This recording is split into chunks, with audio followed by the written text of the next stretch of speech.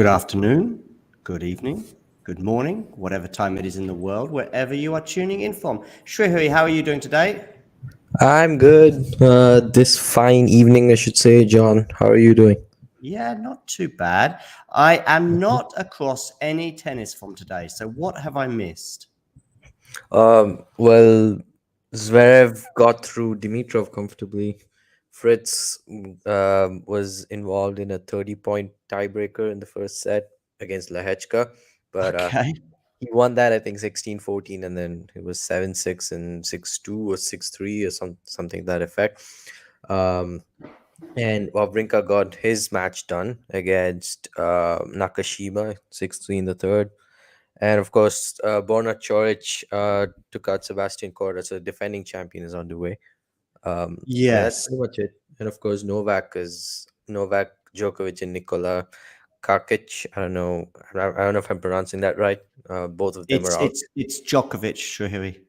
All right. Djokovic and the That's the other one. guy, yeah, of course. They're out. I'm guessing Novak played with him for the sole purpose of preparing for the Davis Cup. I don't see Okay. any other reason.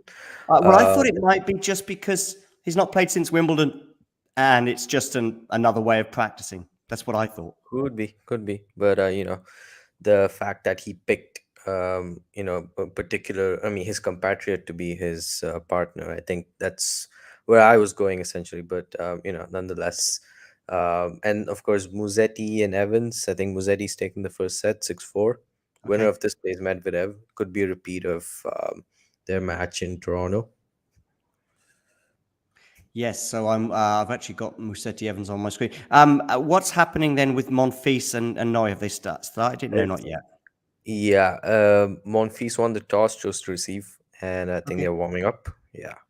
Okay, cool. So I'm just getting my things set up. Okay, so what about Chorich? You mentioned Chorich beating Corda, yeah? Hmm. Um, that's a pretty bad loss, I guess, for Corda.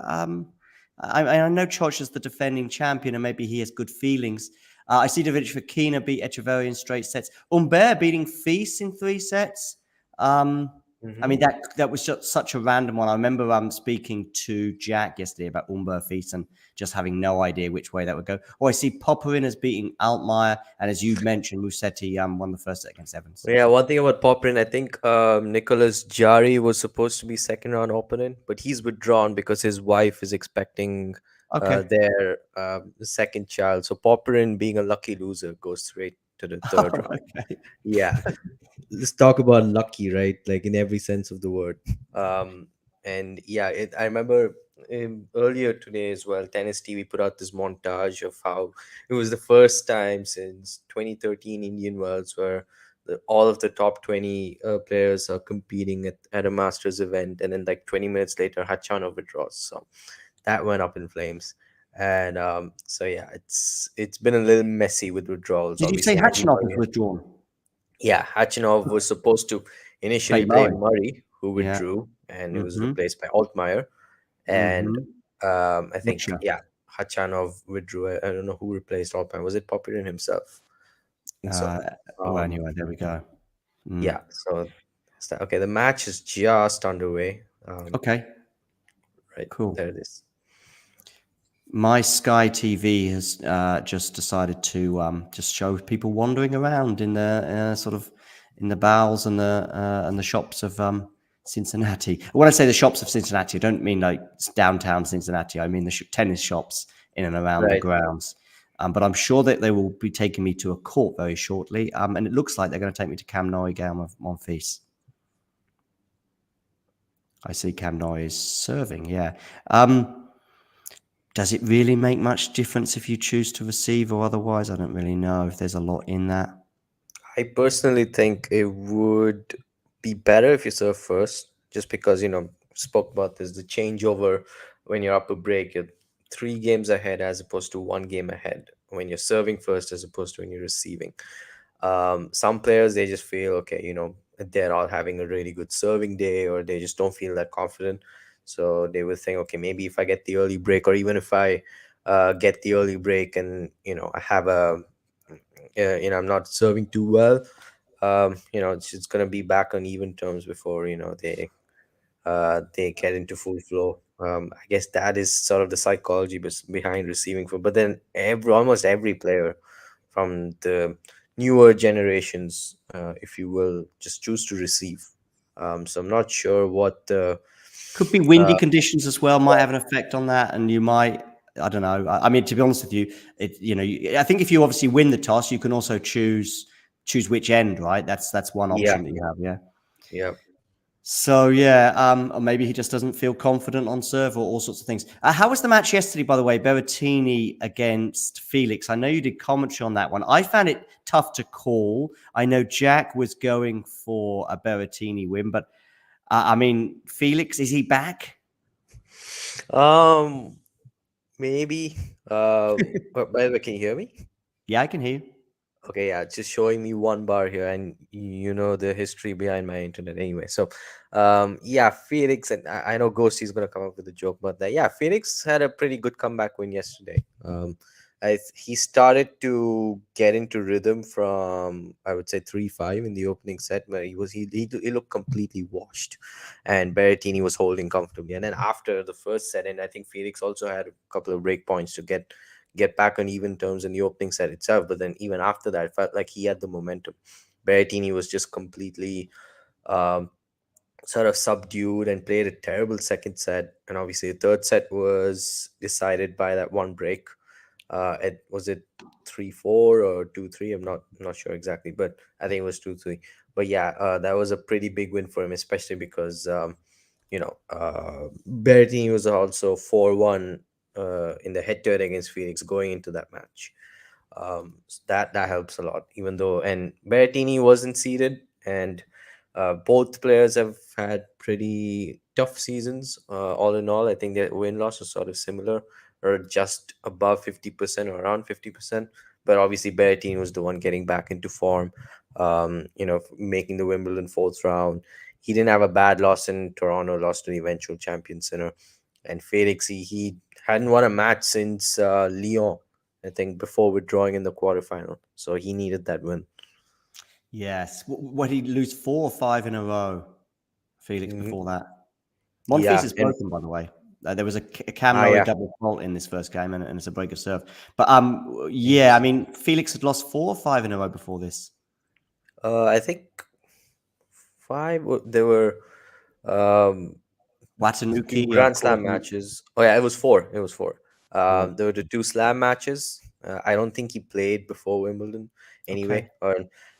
So those were two, and then the one to Watanuki and the other one to Max Purcell in Toronto. Yeah, I saw that one against Purcell unfold. I mean, Purcell was playing the match of his life in some respects, but still a tough defeat. And when does Djokovic is going to play tomorrow? I guess in singles. Yeah, I think so. And Does who's he Alcaraz playing? play tonight in Cincy? Let me see. Does Alcaraz play tonight? Um, I wouldn't have thought yeah, so. Oh, does yeah, it? Does it? I think he's first on the evening session. If they Okay. have an evening session, it says 7:30 p.m. or 8:30 7:30 p.m. in Is there Cincinnati. doubts about Alcaraz the and weather Thompson. tonight then? Yeah, Okay. that's yeah. Phoenix also will play tonight, and McDonald and Hanfman.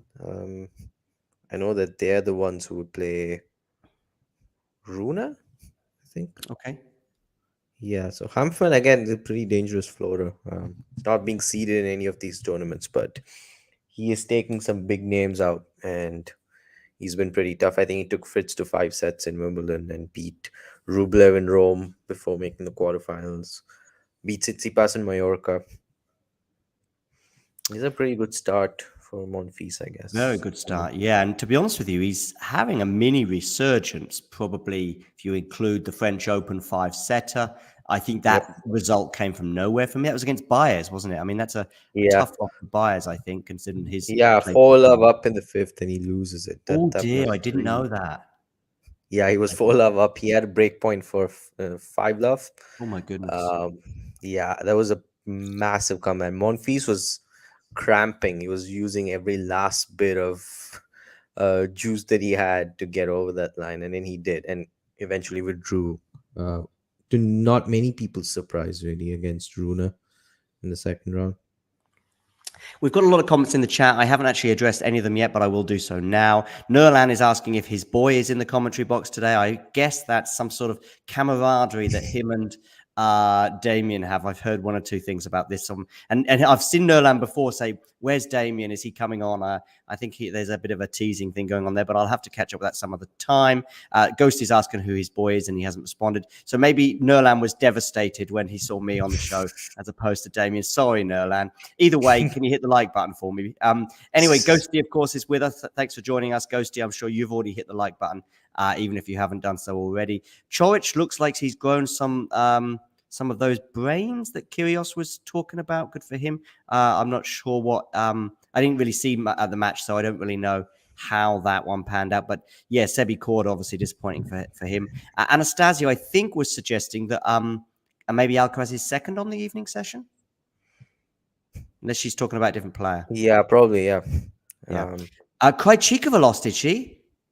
She did. Oh, that's news to me, Ghosty. It's good that you're here anyway to let us know. That's I don't know who she lost to, but that's a bad loss in terms of the fact that it's the first round. Dearie me, she's having since that Dubai, was it 1,000? Oh, she lost to Azarenka. I mean, that's a hell of a tough first round, but my goodness me, that is a tough first round. But that's women's tennis for you. So she lost to Azarenka early on in straight sets, albeit two very close sets. But yeah, she's really kind of fallen off a cliff since that 1,000 win. I thought she was going to have a good year. She didn't quite go as far in Australia as I thought. I think I had her getting to the semi-finals. But then she started to show that form in Dubai. She had a few tough draws where she kept coming up against one of the heavyweights in the third or fourth round around the sort of North American swing, sunshine swing time. But then since then, I mean, yeah, I thought she was going to be a big contender in Roland Garros. She's obviously won the title there before. But anyway, maybe I need to ease off on my excitement of Krejcikova. But I guess that is a tough first round, right? Yeah, she did mention, I think ever since she mentioned that she could be part of what could be the next big four, it's not looked good for her. It was right Did after she winning suggest Dubai. it? Did she suggest it herself? Yeah, she did. Oh Uh, dear. That's yeah. kind of Sebi Corda. I'm a contender at Wimbledon sort of level of Yeah. yeah. Um, but I mean, even on the women's side and the men's side, I think there were only a couple of big events where, the neither of the, or none, I should say, of the big three won the tournament. On the ATP tour, it's only Toronto and Monte Carlo. Every other tournament was won by one of Alcaraz, Djokovic, or Medvedev. Big tournaments, that is. And the WTA tour, of course, you had Vondrousova winning one of the slams and Pegula winning Montreal. The rest, I know that Rybakina won a couple of thousands. Iga won a slam. Sabalenka won 1,000 in a slam. So yeah, so there is some Has gatekeeping Iga won going on. 1,000 yet this year? She won a Masters one on WTA 1,000. Don't think she has because she didn't win either the Sunshine. In fact, I don't think No, she she played won. Miami. Yeah, she won a slam this year. She didn't win. Oh yeah, I'm missing Kvitova. Kvitova won the other Oh WTA yeah, in stars. That was Miami. in Yeah, Miami. Yeah, yeah. Didn't. Rybakina won Indian Wells, and Yep. Yeah. And Madrid was won by Sabalenka. Rome yeah, was won by Rybakina. So she's yet to get a 1,000, but of course she did win the French Open, so it's still not too bad a year. I think it's interesting because we've got obviously Vondrousova winning a slam. I mean, Rybakina hasn't won a slam yet, and I guess considering she won one last year, I guess for her to have a good year, she's probably going to have to win a slam for her own levels, if you like. Iga probably expects a minimum of one slam a year. And Sabalenka's got over the line with that slam. Plus, she won in Madrid too. So I think pretty much whatever. I mean, listen, I think Sabalenka would like to get world number one at some point this year. yeah. It would be a little odd because I mean she was only 2 games away from getting there in the Yeah, Wimbledon final, and then that doesn't happen, and then the RG semis could have had a shot there too.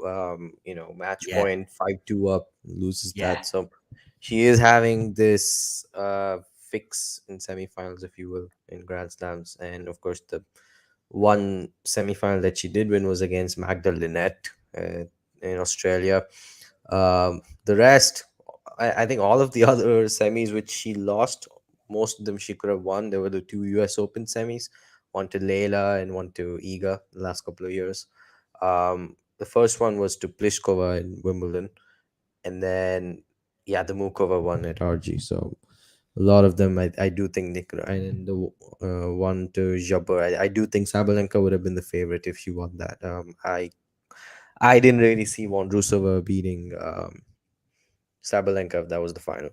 But Vondrousova beating Jabber was not all of a surprise, just because she did beat her twice this season, and uh, we know that Jabber would probably have been nervous. Easier said now than what we would have predicted before the final. But yeah, that was a little unfortunate that she was so overcome by nerves and she couldn't get over the finish line again.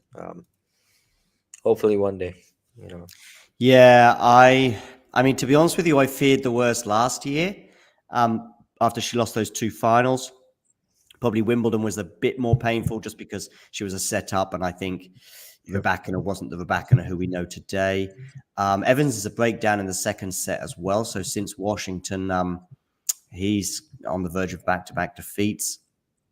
What else? Yeah, so I feared the worst last year, but she went into this Wimbledon final probably even heavier favourite than she did last year, and perhaps that, I'm sure, the weight of expectation. Somebody within the Jabeur setup, let's say, just said to me that she was racked with nerves, and that expectation was just too much, because I asked about the tactics from the match, and the person suggested one or two things, but they also said, listen, it wasn't about tactics today. It was the occasion, unfortunately, for Ons, but I think most of us could tell that. I mean, there was a lot of things going on before the match. Pam Shriver highlighted, with wearing black on centre court. I mean, as much as I think the rule, especially when you're practicing, is a bit ridiculous, it's still just added to the sort of disorganized build-up. And we hear all the professionals and we hear all the psychologists talk about routine being so important when you're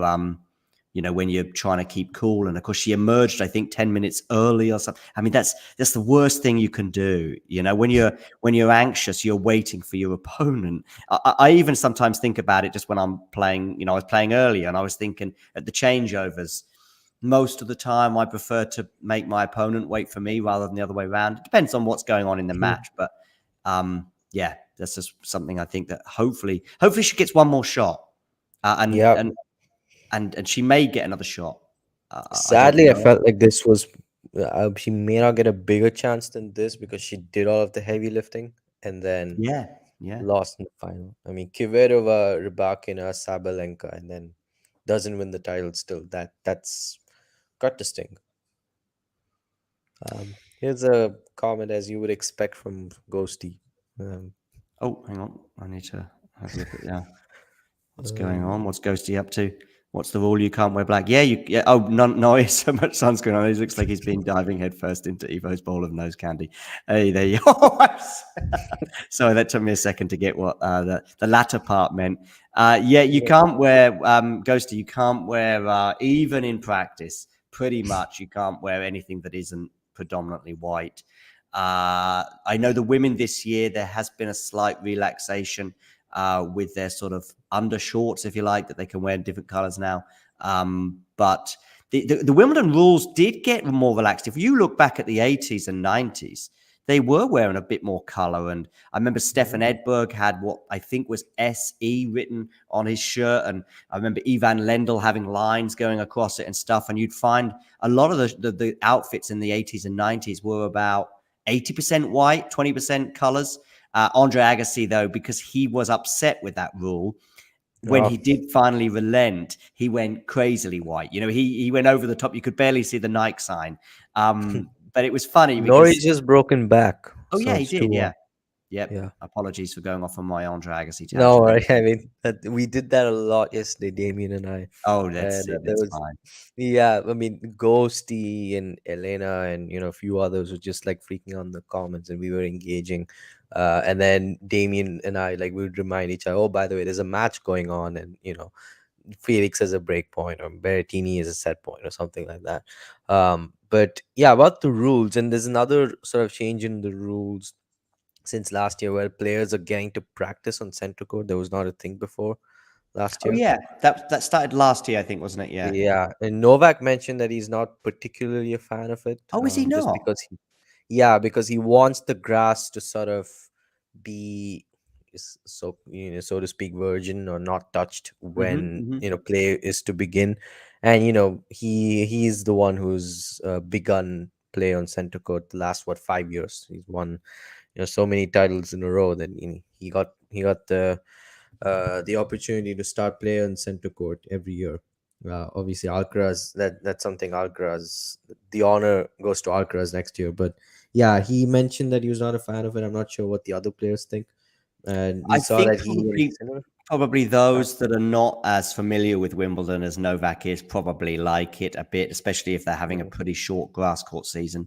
I yeah, also think somebody like Rafa, I mean, we might not see Rafa again at Wimbledon, but I think he would be someone who might benefit from it because I always found that with Rafa, as the 2 week wore on, he did tend to get a bit better because I often found that in the first couple of rounds, even last year, he was vulnerable in those first two rounds. If you remember, I think he was a breakdown in the fourth and heading towards a fifth set. I think he was a breakdown and facing break points in I think his second round match against one of the was it one of the Argentinians, I think. oh, it was Berankis in the second round. I thought it was Berankis in the first round, but you might be right. It could have been Berankis It was second round. Cerundolo in the first round and Swindler first round Berankis. because it was Berankis that he was a breakdown in the fourth and Yeah, it was the facing same. break Yeah, point. same scenario in both matches. It was up two sets and Yeah, then down a lost the break in third. the fourth set. But Yeah, he was yeah, okay, nearly yeah. two breaks down against Cerundolo though, and And we all know about how Rafa was with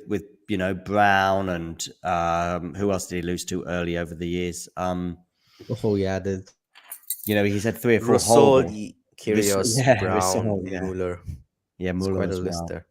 Yeah. So once he got sort of to the second week, then you thought, okay, he's a contender, or at least to get to the final.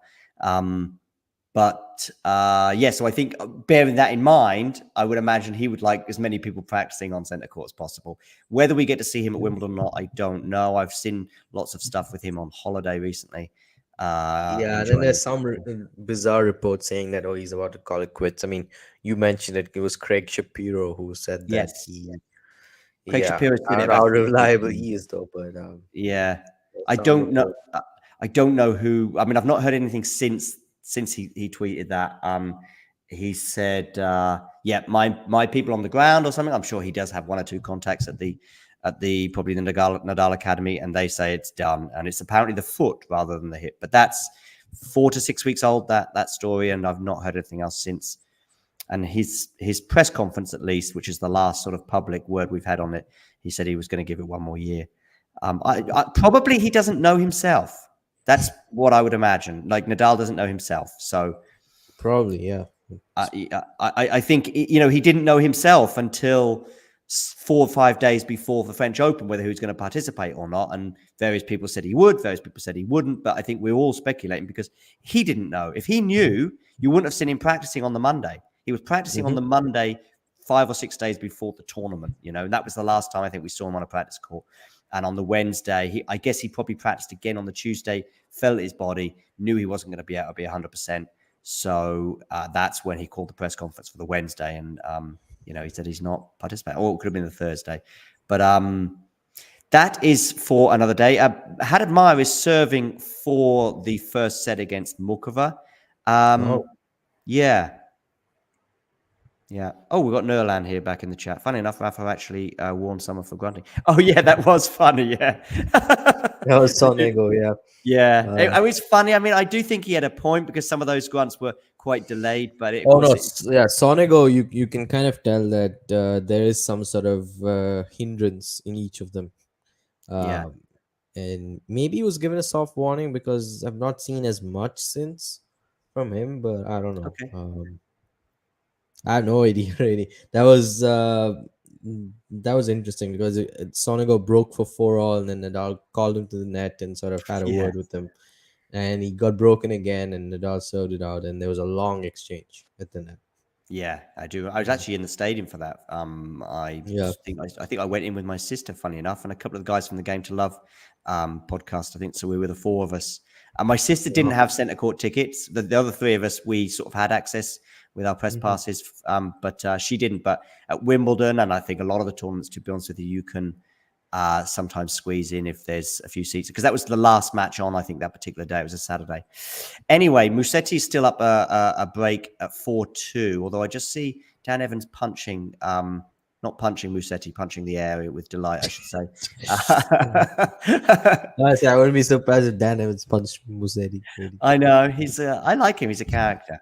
I don't know if you recall, but a couple of years ago, it was him and Corenta Mute in Barcelona, where they almost had a punch up. Where like what do you call it? Evans sort of threatened him by saying that you know, hope your pals are there in the locker room to save you or something like that. There was a very interesting exchange. Um, had me cracking up as well, because like these are two pretty not the happiest guys on court in general. Um, Mute especially, who interestingly has switched to a single-handed backhand now. I think something to do with his injury or Nerlan is so it is Damien that he's after. Nerlan, I didn't even speak to Damien today. I thought I'd probably give him a day off because I love having Damien on. Of course, I'd have him on all the time if he was free. But there's probably a challenge or junior tournament that I'm sure he's keen to watch anyway. So give him some time off, not from tennis exactly, but at least from talking tennis on this particular channel. So Monfils is 2-3. Serving at 15 all, at least on my screen. I'm probably a few minutes or a few seconds behind you. What else is going on? Let's have a quick look elsewhere. Shevchenko and Sonego, the aforementioned Italian, they are on serve. And Martic and Navarro at the beginning of their third deciding set. Jabeur in action today. Is that the first time we've seen her since Wimbledon? yeah. Okay.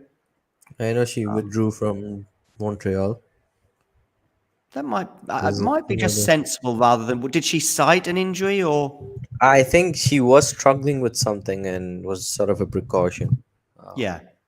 Yeah, that's smart, I think. I mean, there's no point bringing. I mean, I think she rushed herself back a little bit for Paris, but in the end, she exceeded at least my expectations in getting to the quarterfinals there. And she certainly exceeded my expectations with those two.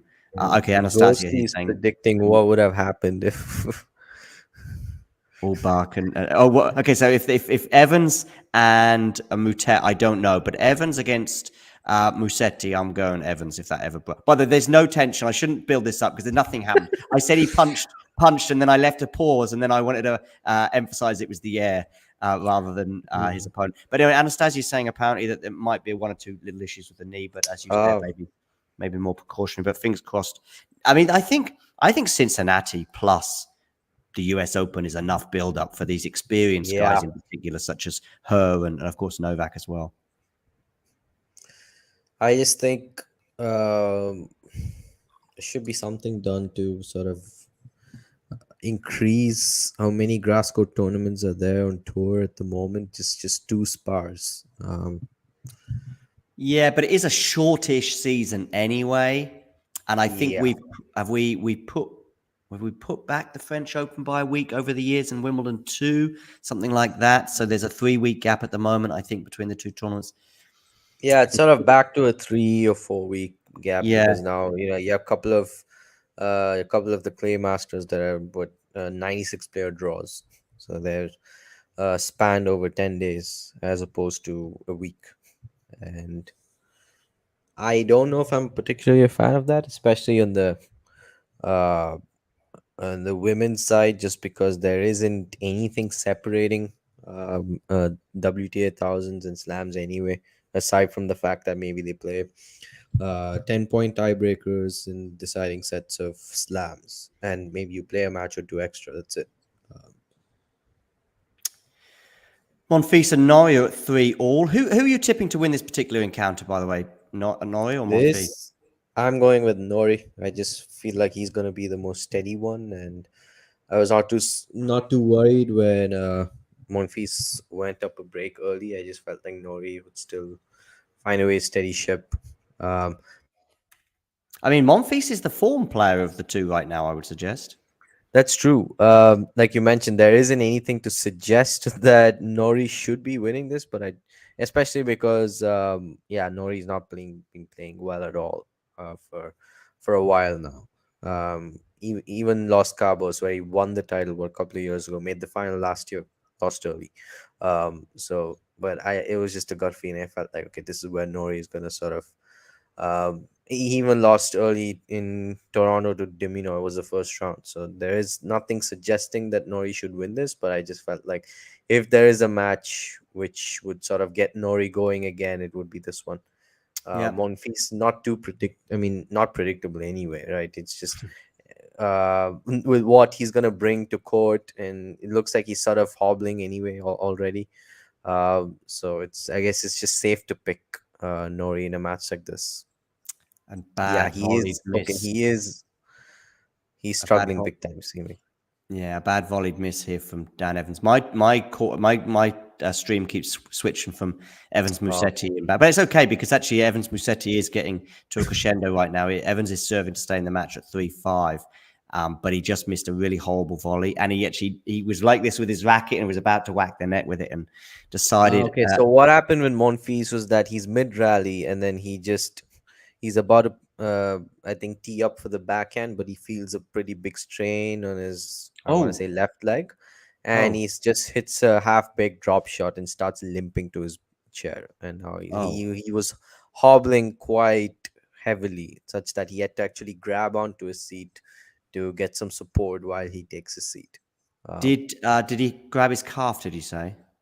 he didn't grab any part of his leg, but he was hobbling. Okay. He's not called for the trainer yet. I don't think. Um, A wonderful passing shot on the backhand side for Musetti, which of course looks even more spectacular, I guess, because it's a one-hander and it's love 15. So he's 3 points from victory, albeit on the Evans serve. They're now deep into a rally here and they're slicing it. Oh dear, poor slice there from Evans. Looks like he's lost a bit of concentration in the last I five don't know if you minutes. saw this comment. It's um, Mamma Mia. Does Taylor Fitz's voice touches somebody else's nerves? Not me. No. I mean, some people, Mm, obviously, with the US, with the American accent, I guess maybe might grind on some people, but his doesn't really bother me any more than anyone else's, to be honest with you. Dan Evans, of course, is from Birmingham, which I think is often regarded as one of the lesser attractive English accents. But again, it doesn't bother me. And his accent, by the way, is nowhere near as strong as others. If you ever watch Peaky Blinders, he's gone really long there with a forehand as well. Oh, Okay, the dear. trainer is coming out for Monfils, and Monfils is just grabbing his neck and putting Mm, his head down.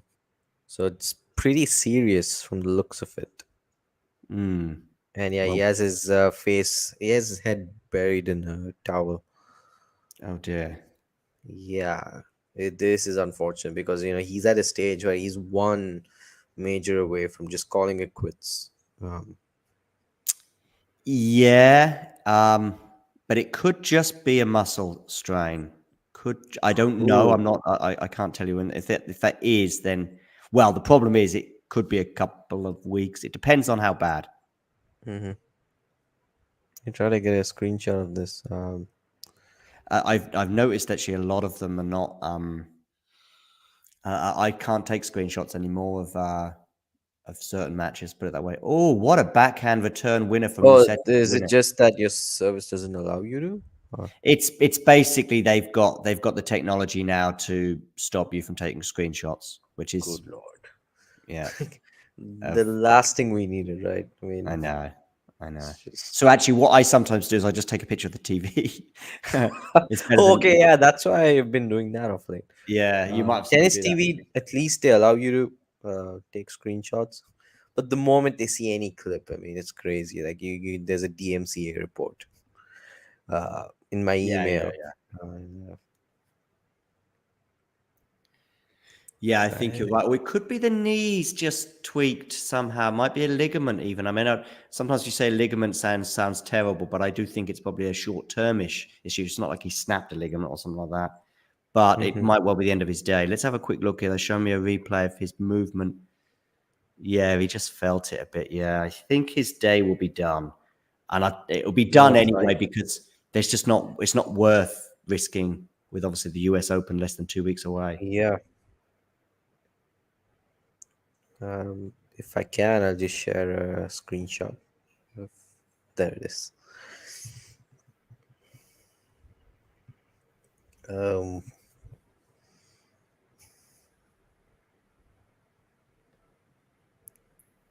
is it done? Probably. He's getting treated.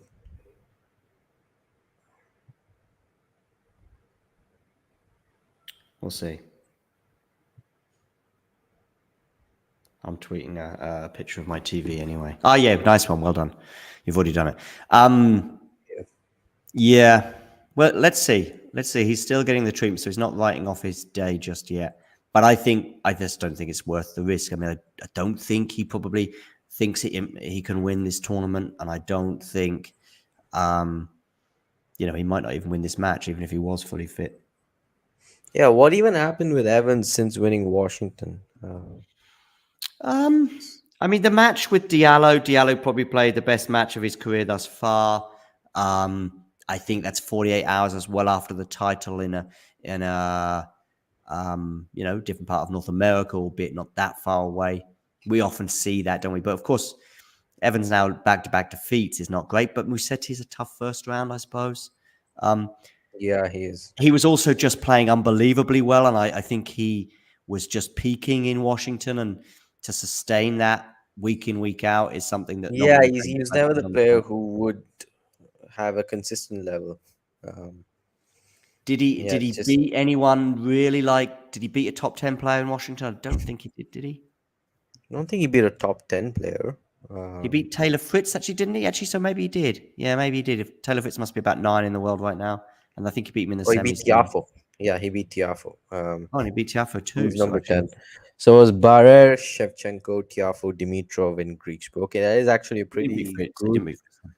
Yeah, it Weeks was before he impressive. beat Fritz. Yeah. Um, Dimitrov, by the way, just got completely cleaned out by Zverev. Wasn't even close. Dimitrov has 6-2. been off the tour for a few weeks, so I think didn't he skip Yeah, he Toronto? had a lower back injury in Toronto, and um, so I may be just playing it safe. But Wang is up a break, and so she is just a game away. It looks like she's actually 2 games away, but 4-3 and 4-40 love. So she's very close to winning that match against Maya Sharif. Still treatment for what appears to be a frontal part of the knee. I mean, I know it's not like he got to the final, but I think with Monfils and his age and his body, I think it's just these matches very quickly on top of each other. 2 Masters back to back, followed by a Slam. yep. Although, did he take a wild card for Winston Salem? Forget this. There's 2 players that have got the wild. I spoke to the tournament director Winston Salem yesterday, and I think Dominic Thiem is one. There's 4 wild cards available, but I think they're keeping their other 2 close to the chest, so to speak. I thought Monfils might have been the other one, but that would be, especially with this potential Yeah, injury.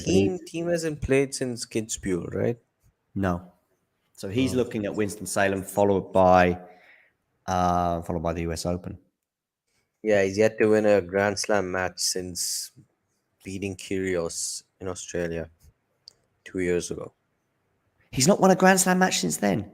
Nope. Wow, He I remember. lost, And that Kyrgios was 5 sets, wasn't it? I think. yeah, from 2 sets down and Okay. lost to Dimitrov pretty comfortably in the fourth round. Inexplicably Mm. lost in the opening round to, who was it? Andujar? Yeah, it was In Andujar. Paris, yeah, In that was Paris. That was that was crazy alarming. because it was not even like he was injured. It was just he mentioned that he sort of fell into a hole motivate in terms of motivation. Just felt like that winning that slam took so much out of him. When he was back in Madrid, he was playing decently. He made the semis in Madrid. Nobody expected him to beat Zverev anyway with his form. And in Rome, he lost to Sonego in a third set breaker. So it was not even like he was playing badly, just lacking motivation. It was just that injury completely messed it up for him. Mallorca against Manorino. Yeah, and a grass court tournament. Yeah. Yes. Well, we'll see with him, but I guess he doesn't have big ambitions for New York. Otherwise, we probably would have seen him play one of these 2 1000s, unless he's carrying some kind of injury. Post Yeah, kid. he made the quarters. Was it last year in Winston-Salem? I remember. Lost to Draper. Well, given the fact he's having this is Monfils I'm talking about now. Given the fact he's having it taped up, that would suggest he's going to try and play another game or two at least. Yeah, he's maybe you're a bit behind because he's just getting ready to serve at 3-4. Okay, yeah, I'm a bit behind then. Yeah, still hobbling a bit, but doesn't look all that bad. He's still able to do his complete service motion and everything. I don't know if you saw my message in the private chat. Oh, was it? Yeah. Okay, so is it right? Okay, we're nearing 10 p.m. for you there. Yeah, 5 more minutes. But I'll be backstage throughout. I'm not going anywhere if you follow. All good. I can keep the people. I mean, there might only be 5 or 10 minutes left, depending on how Monfils' body holds up. That's true. We'll see. We'll see. So Musetti is through at the expense of Evans, and as we mentioned earlier, Chorich beating Korda. Martic is up a break in the third set against Navarro on the women's side. Jabeur is 5-2 up. In fact, she's got a set point on Kalinina. It's a nice start for her. I'll probably share that one right now. I think Norrie, if he can just stay focused here, would probably be looking at a potential break. We'll see. I'm probably a few seconds behind you. I've got Love 15 on my screen. Yes, so Musetti knocking out Evans in straight sets. Wang is serving for... Is it Wang or Wong, by the way? I think it's Wong. Okay. So she's serving for the match against Maya Sharif. That's a nice forehand winner there from Monfils. And yes, Haddad Maya did indeed take that first set, as I think Ghosty was suggesting. Monfils probably done here. It's not able to move at all. Just standing and delivering, and that's not really working. Oh, yeah. Musetti and Medvedev will play again. They played in Toronto, so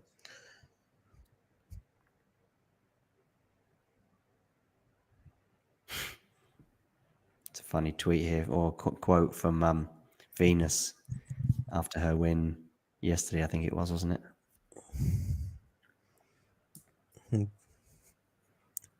Damien was a little upset yesterday with me calling it X. Oh, instead of Twitter? Yeah. Guy changed up some of the banners, like follow. Yeah, I don't. You can do that. That's fine. X. And he was like, "No, you did not." And the artist formerly known as Twitter. Yeah, I mean the verb that I still often use is to tweet. Of course, you can say posted or wrote on social media or whatever. But yeah, we'll keep it to tweet as long as the notifications still say so, right? I mean, when someone likes your post, your notifications still say so and so liked your tweet or retweeted your tweet. Oh, okay. Yeah. I thought it was reposted now. Could be wrong. Yeah, it should be, but on the notifications. Oh, the notification. Okay. Tweet. Yeah. So Norrie did indeed break, and now he's serving for the first set. I think he might just retire at the end of this first set. He's looking over to his team. Just doesn't really seem to be worth the risk. And see, he could well lose this in straight sets, and make it worse in the second set. Yep.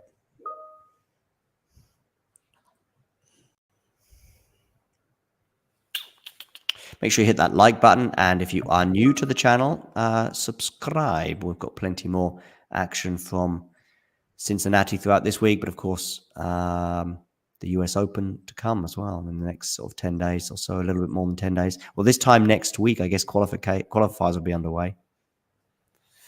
So friend of the show, Liam Bodie, will be in action around about a week from now in New York. qualifiers maybe Tuesday, Wednesday, Thursday.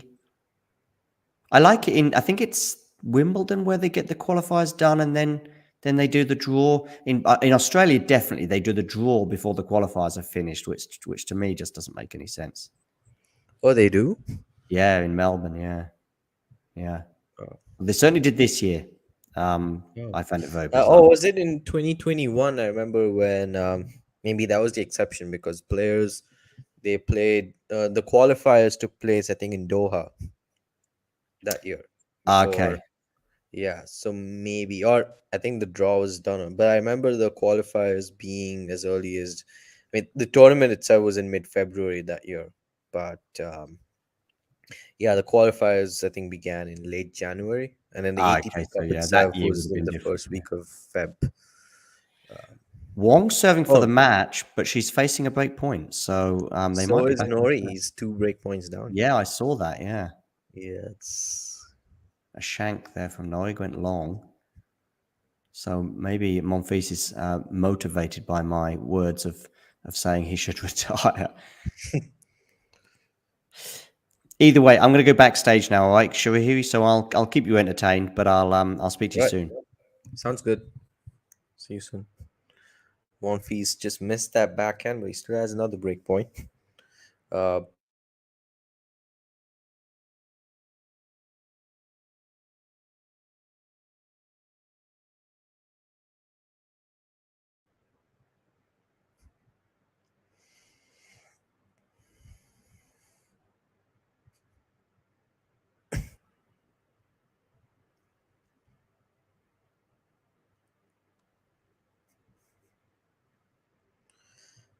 Uh, okay, he's missed the first serve, has he? Yeah, he has. So Monfils is facing Norrie's second serve while he has another break point.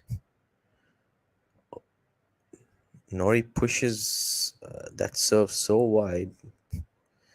Uh, Monfils had to pretty much leave the court to return that serve. They're trading backhands. It's forehand to Norrie's backhand, forehand to Norrie's backhand. It's just trading here. Uh, oh, Monfils had an inside out forehand that he could have put away, but he nets it. Fist pump from Norrie. He saves 2 break points. Now it's deuce.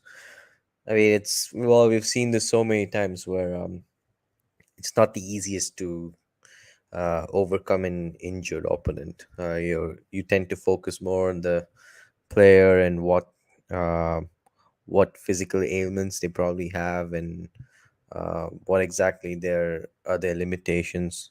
Um, so yeah, it's hard to just focus on yourself alone, which is why I'm not too surprised by the lapse. But anyway, in any case, Nori has a set point. Will Monfils continue after this set? Who knows, really. Um, since you mentioned Swahili, you see, I'm reminded of the Lion King. One of the languages of the, in the musical or the songs, if you will, is Swahili.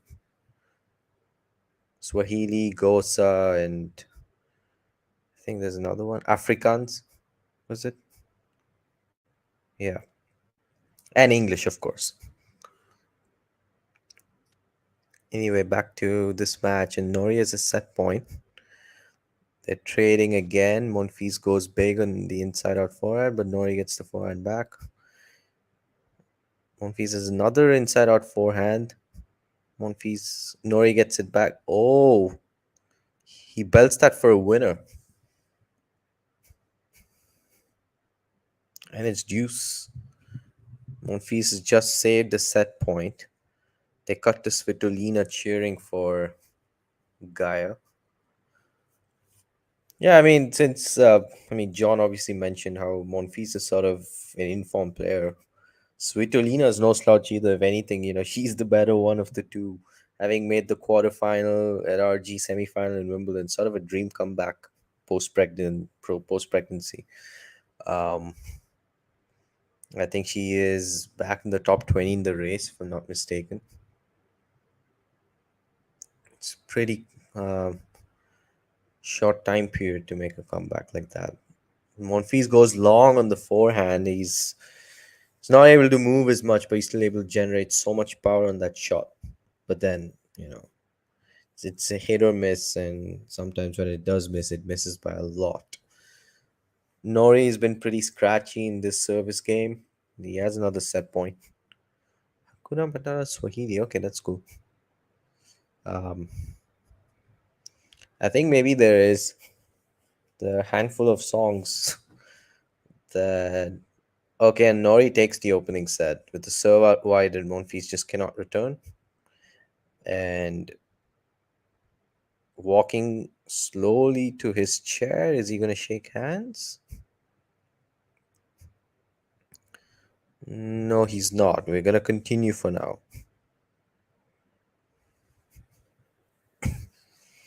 So Cam Norrie takes the opening set. Wait, what am I seeing here? Wasn't Wong serving for the match? Whoa. Okay. Now she's serving to stay in it. Um, want to learn Arabic? Maybe go hang out. um,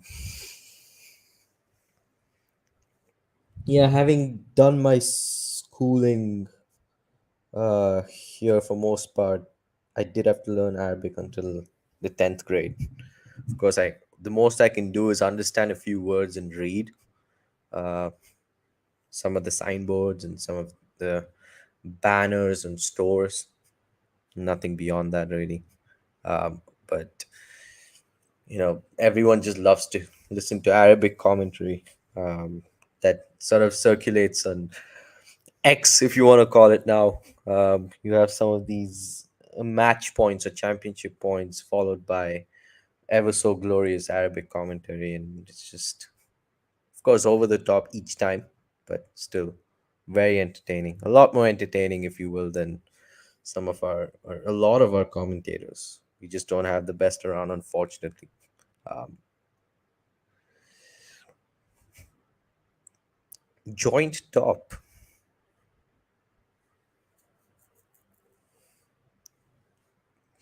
You're with Damien on this? Well, just brace yourselves until you don't see any signs of the word tweet or Twitter. Um, shouldn't be long from now. Better to move on quickly when you can, right? I was hoping you would.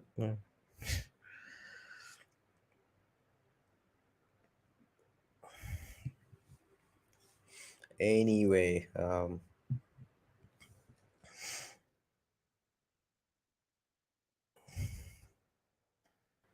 we pull up uh, what's going on with that match?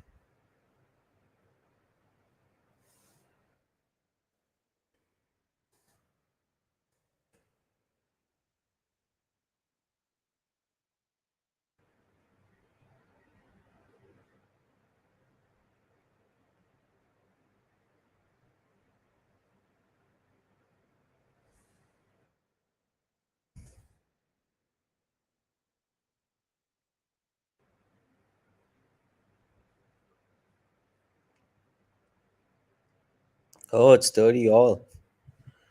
Okay, Wong has 40-30 on her serve.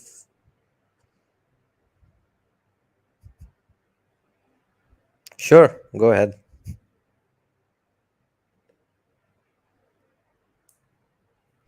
Thanks for tuning into this watch along. While there's a break in play, here's a reminder to hit the like button, subscribe, and click that notification bell. Your support helps to keep the channel going. While we're here, you can now become a member to enjoy perks including badges for the live chat, but also bonus material such as interviews with top players from both ATP and WTA tours. The membership link is pinned in the live chat. You can also follow us on Twitter, Facebook and Instagram. So whether it be serves or volleys, forehands or backhands, serve bots or drop shots, we've got you covered. whether that be via our website, talking-tennis.com, where you can read features and interviews from our top writers.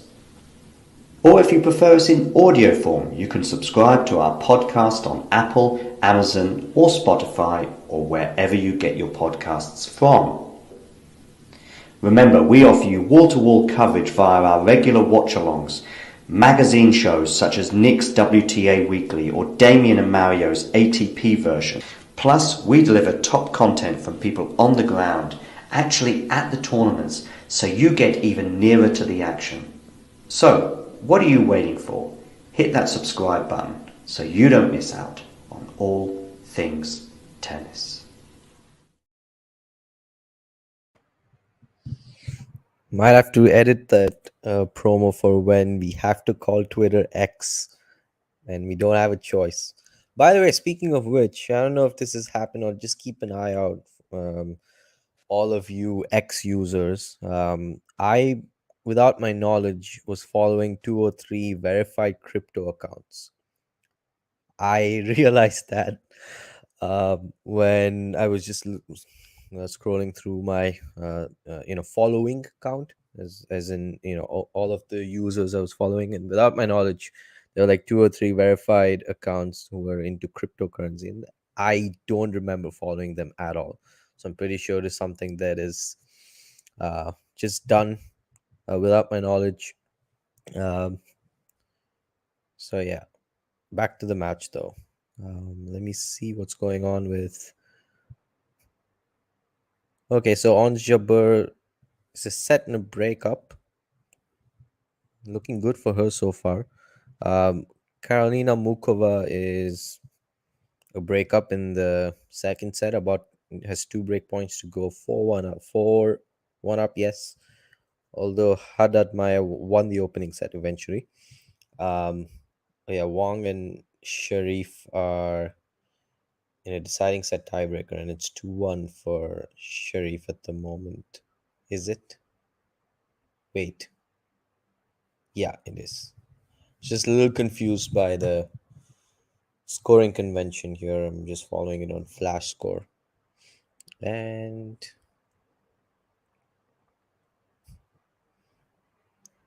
it's happened a lot before. Oh, so maybe it happened even before the transition. Interesting. Norrie is serving love 130 all. So Monfils probably did take John's comment personally. But in any case, he does have a game point, and Monfils is still pretty physically limited anyway. Um, doesn't really look like he's going to win this match. I'm saying it. Who knows what's going to happen? We know what he did against Baez in Paris. But yeah, I mean, all of his shots are just really wild, and he's not able to move comfortably whatsoever. So Kalinina's broken back, and it is 1-1 in the second set between her and Ons Jabeur. Mukova is 4-1 up now.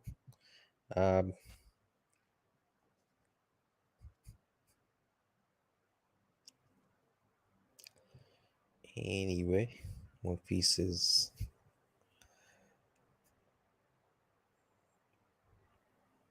serving 1-1 in the second set.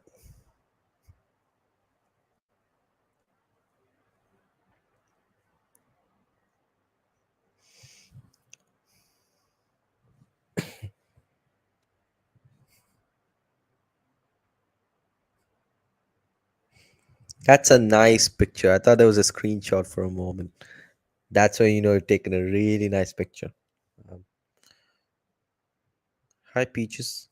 I mean, now when people say TT, we know it specifically means talking tennis, because tennis Twitter is not a thing anymore, is it? It's X tennis X or X tennis, whatever the heck you want to call it. I mean, that just sounds so bad. And I think I mentioned this yesterday. Something between Elon Musk and the letter X, some sort of obsession, if you will. There's a Tesla model named after X. He has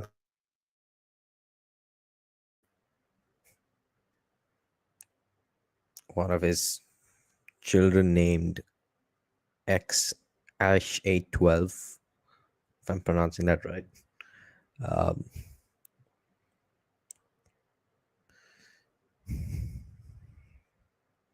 Monfils is just held for 2-1. He's still going. Um,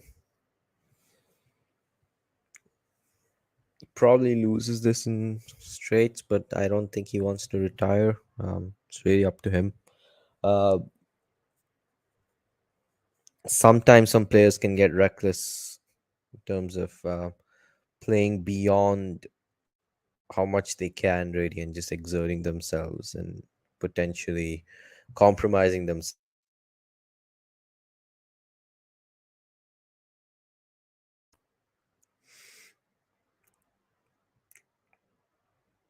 in matches. Uh, oh, Sharif is just 2 points away now.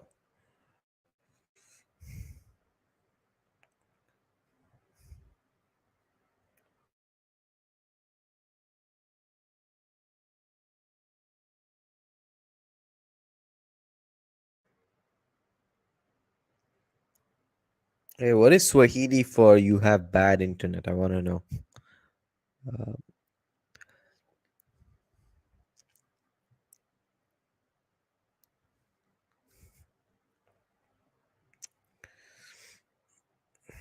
yeah, probably because I don't know if he has a protected ranking for the US Open. Probably does have it.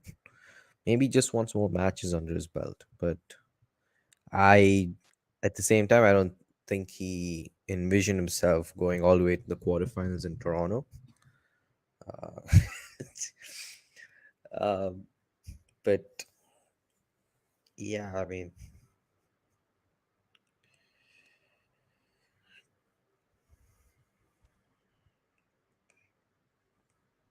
okay, so Sharif has 2 match points against Wong, who was serving for the match at 5-4. Meanwhile, Hurkacz and Kokinakis are underway. It's 1-all in the opening set with Hurkacz serving. Later in the day, we have, I think, Rublev and Rusevori, um, Manarino, Felix, Auger-Aliassime, Alcaraz, and Thompson, which is the second match in the evening.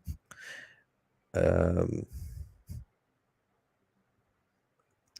I don't have a dog, at least not yet, so probably not uh, applicable to me. I see myself more as a bird person. I think when I do have pets, I would like to have, something like a parrot or a macaw, if you will. Um, okay. So the Sharif convert match point that she has on her own serve had another one before this. Oh, and she does. She completes the comeback. And was that the first round? Yeah. So Maya Sharif is through to the second round. Oh, okay. Meanwhile, Monfils has 3 break points. He did break early to begin the first set too. Um, that advantage was erased pretty quickly after, but he has 3 opportunities now to get the break advantage in the second set. He is just hanging on, using the crowd support as much as he can. Um, so yeah, I can take you through this point. Of course, Norrie had to adjust his ball toss. Serve out wide, unreturned. Big show of the fist from Norrie. He has 2 more to save. So 15-40. I guess he does realize that if he pushes Monfils out wide enough. He's just not going to have much of a chance considering how compromised he is. Okay, misses the first serve here. So, second serve, facing two break points at 1-2. Second serve in. Monfils gets the backhand. Backhand to Monfils' forehand. Trading cross court. Monfils slices. And oh, that was some rally because Monfils just injected pace into that backhand down the line. Norrie barely got it back, but then by the time Monfils got the next shot back, he just was completely off balance, sends the ball long. Guy Monfils is up a break in the second set. I like to change up.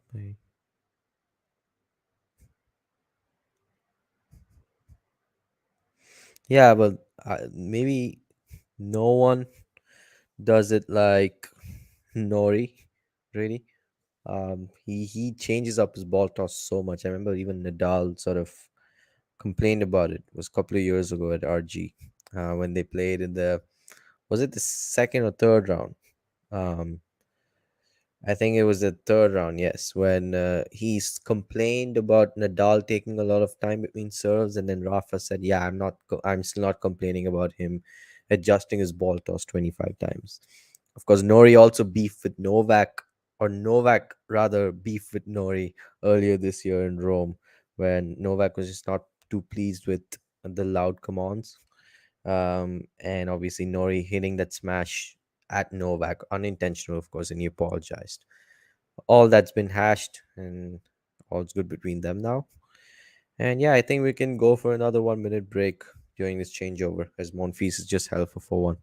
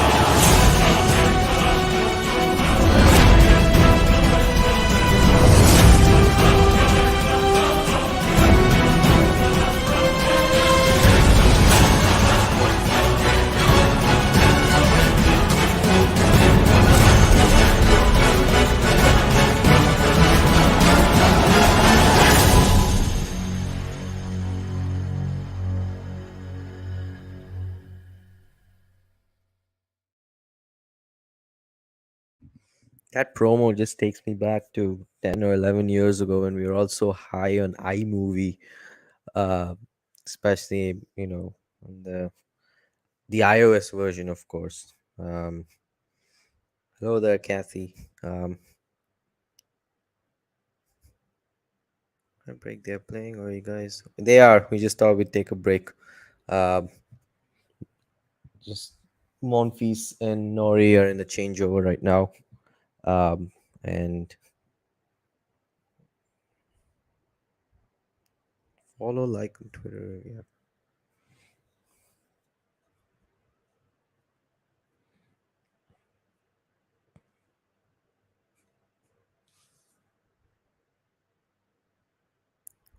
3-1 love 40. I think you mean 3-1 40 love for Monfils.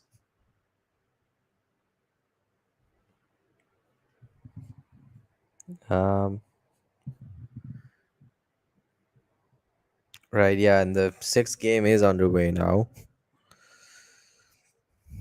Meanwhile, just doing a quick scan of the other courts. I think Shevchenko has gotten the break back against Sonigo in the second set. Going on the women's side, Ons Jabeur was up a break in the second set, but is down a break now, 3-1 against Kalinina. Um, Mukova has a set point at 5-1 against Haddadzmaya. And Yeah, it's this is not the most eventful match that we thought it would be between Monfils and Norrie, just because Monfils is struggling quite a bit here. Um, oh, okay, you're considerably behind then. Yeah, so basically what happened was, in the opening set, it was just, was it at 4-1? No, it was at 5-2 when, oh, it was 4-2 game point for Nori when Monfils just felt some kind of a pull, and he called for the trainer. He got his leg taped up, and of course, he held, and then he had a couple of break points at, um, what was it, 5-3 when Nori served for the set. And but then he's looking fine-ish, I would say, since uh clearly hampered movement wise, but he's able to inject a lot of pace on those shots, and that alone is just getting him through. Maybe, yeah. Nori has just held for 2-4. There was sort of a half-baked single-handed backhand from Monfils. Probably just wanted to get going with it. Felt like he maybe doesn't have too much of a chance um, on Norrie's serve. So yeah, he might as well just get to his service game and pull ahead even more. By the way, I think when Monfils played Public, was it in Washington? He got a warning from the umpire for uh, what do you call, not uh, giving 100% effort in one of the points. Something similar to this happened. Obviously, Monfils won that match in straight sets, but yeah, he got a low effort warning from the umpire there. So he does tend to do this. Maybe it's a tactic now that's working for him. Um, in any case, he's left 15 down, serving 2-4.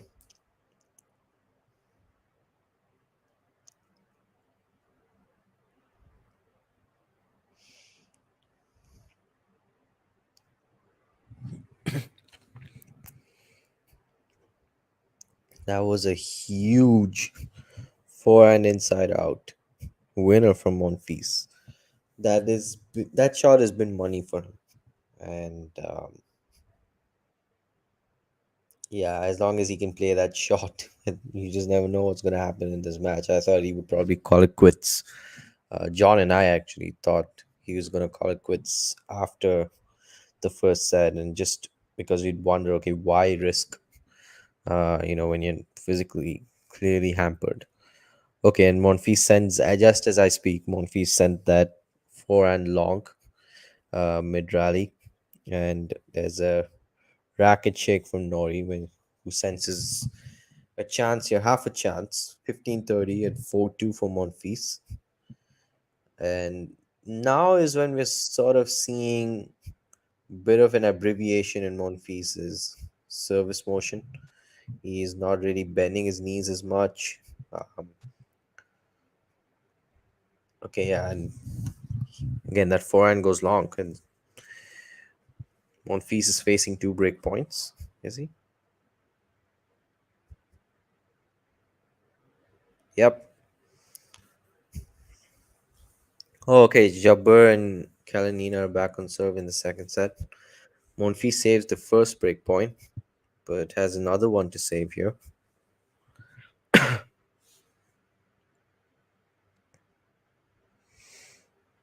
Yeah, I mean, we do remember, was it last year in the final against Sonego where he uses a racket handle to put a ball away in the second set. Um, yeah, it's not uncharted territory for someone like Bublik, I would say. Just as we speak, Nori is broken back, and it's 4-3 for Monfils on serve in the second set. Monfils just looking a little jaded, uh, not looking too happy out there, having conceded that break advantage. Um, Yeah, Mukova from that first set just um, ran away with the second. 6-1 second set. Oh, Snayakova, if I'm pronouncing that correctly, is just broken Vondrusova in the opening game. Um,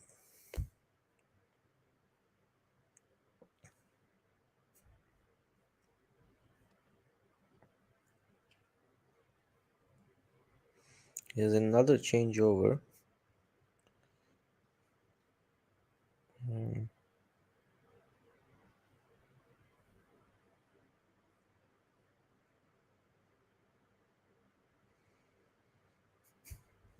I didn't watch too much of it really. Just keeping track. I mean, doubles matches tend to anyway take a lot less time than singles matches do. So just keeping track of when that match is getting over. Uh, I think they played. Who did they play? Was it Michael Venus and someone else? Let me just have a look.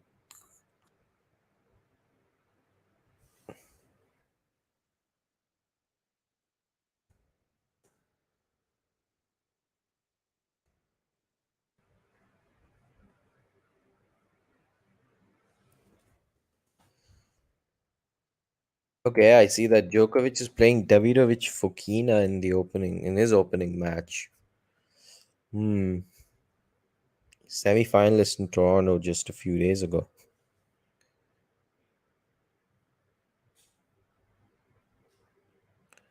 Yeah, so it was Jamie Murray and Michael Venus. Yeah, I knew they didn't have a chance in Cats held really. So and Novak, as it is, not the best doubles player. Uh, Hanlon Walsh, is he from who was featured a couple of times on Talking Tennis, wrote and shared an article on X about Novak's poor doubles record and how he is by far the worst doubles player amongst the big four. Check that out if you haven't. I can um, probably just share the post here or tweet if you still want me to call it that.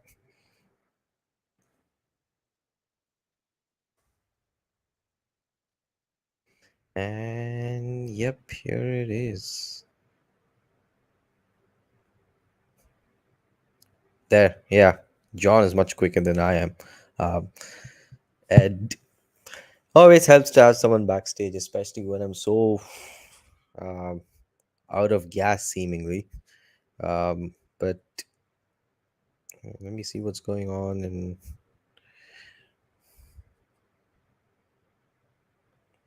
okay, so it's 30 all on Norrie serve. Monfils has half a chance.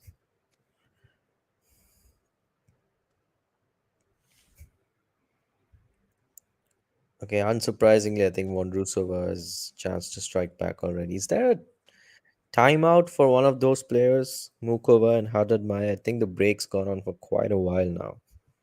Um, Not really sure, but okay, game point now for Nori at 3-4, having just broken back. And he does hold. Monfils' backhand goes long when Nori's at the net. And this could just be the moment for Nori, really. Monfils not looking in his element whatsoever. Um, was up 4-1 in the set. But yeah, some regulation errors. He's clearly not 100% physically either. Didn't want to retire, but in any case, he's serving 4 all in the second set. Um, Oof. Okay. Not sure what I have to say for that. Being a Novak fan myself. Anyway, I'm pretty sure Kathy has something to say about that. Um, in any case, one feast. I think second serve 4 all. It's a let.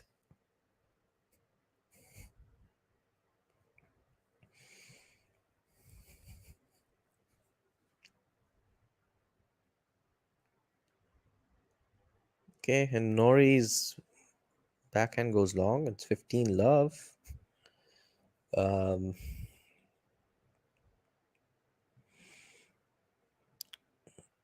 Maybe the two players were hard done by the scheduling. By it's an interesting choice of court, interesting timing choice as well. You'd expect a match like this to be on center court. I mean, that was what most of Monfils' matches were like in Toronto.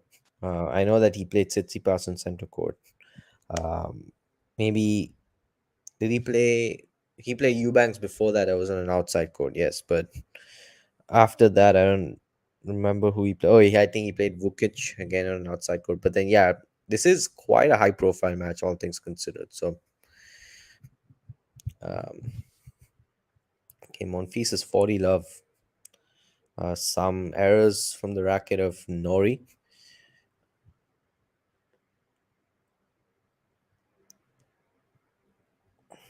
There's a reptile room. Oh, just the thought of it sounds really scary.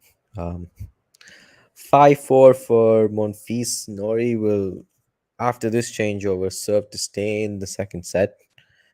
Monfils would look to get a few big shots in, um, just to throw the hat in the ring and see what happens, really. Just a few shots and a few errors from Monfils could be all that it could take for Monfils to take the second set. Oh, in other news, I didn't really know that Shelton and Eubanks did team up also in the doubles. They played each other in the first round. Shelton won that from a set down. Um, Surprised Hachinov withdrew from singles. The results here showing that he and Robin Haase beat Evans and Mies in the doubles. That's pretty strange. When was that? Maybe yesterday? Not sure. Um, just to give doubles some love as well, to be the anti Opelka, if you will. Yes. But have they just been trading breaks here? Sinayakova and Vondrusova. Um, no service holds yet.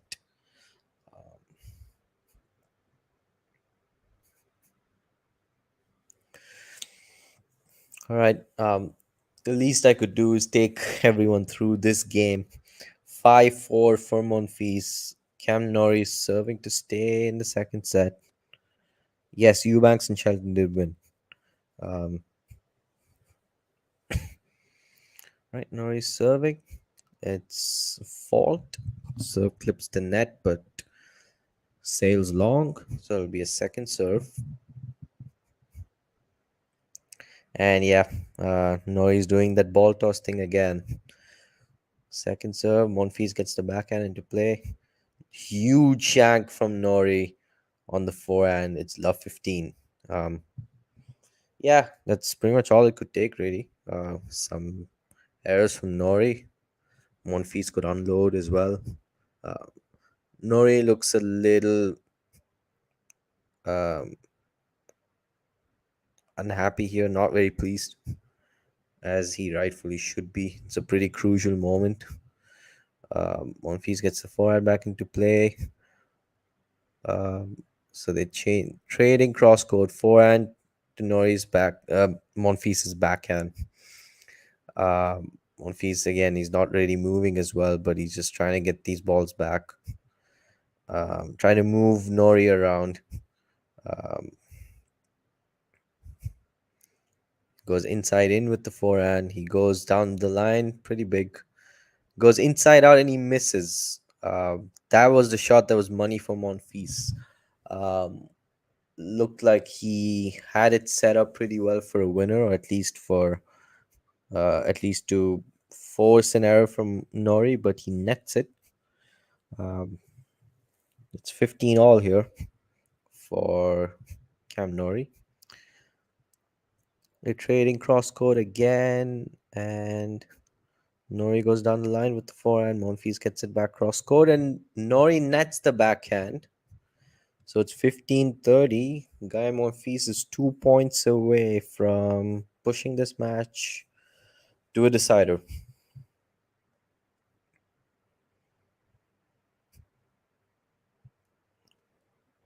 Quick scan on the other courts. Um,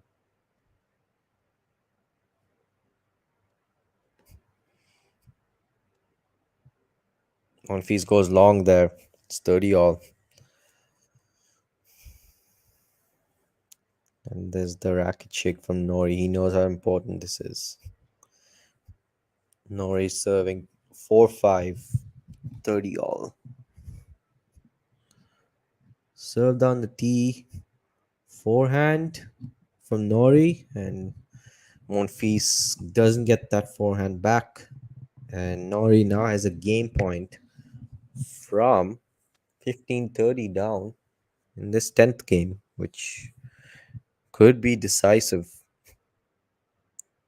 if it goes the other way. So out wide goes long from Norrie. Wide from Norrie, second serve.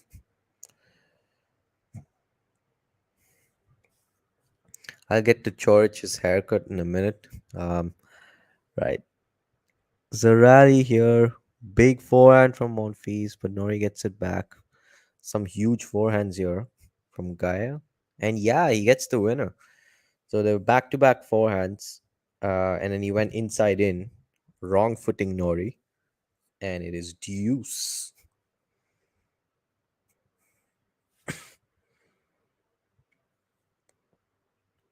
Yeah, he's just seeing the ball really well and giving it the treatment it deserves.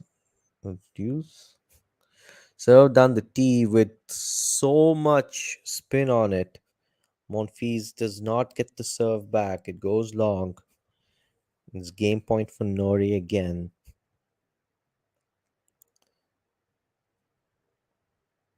Serve goes long from Norrie. Second serve.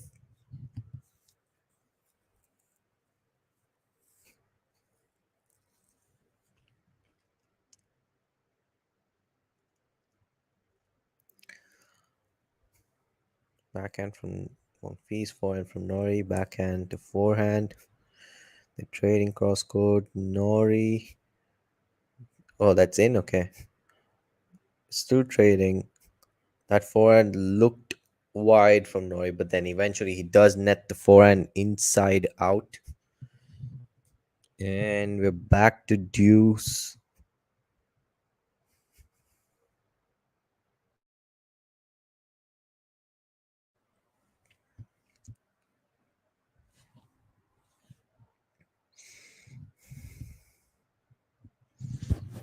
Norrie's getting ready to serve.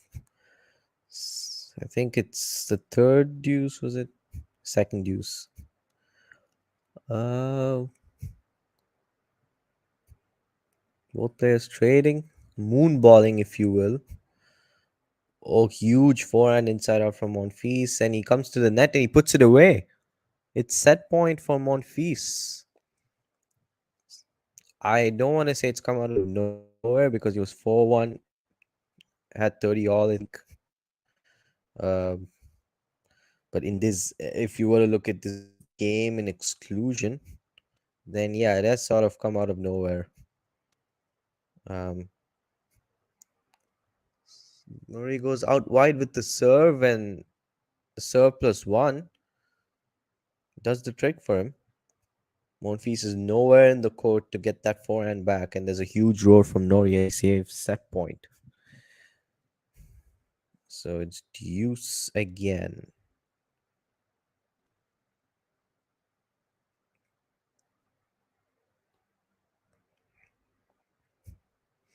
Moonballing again. Monfils and Norrie are trading down the line. Norrie goes cross court. Monfils as well with the backhand. Norrie goes down the line with the forehand, and Monfils is pushed out wide. And does he go long with the volley? Yeah.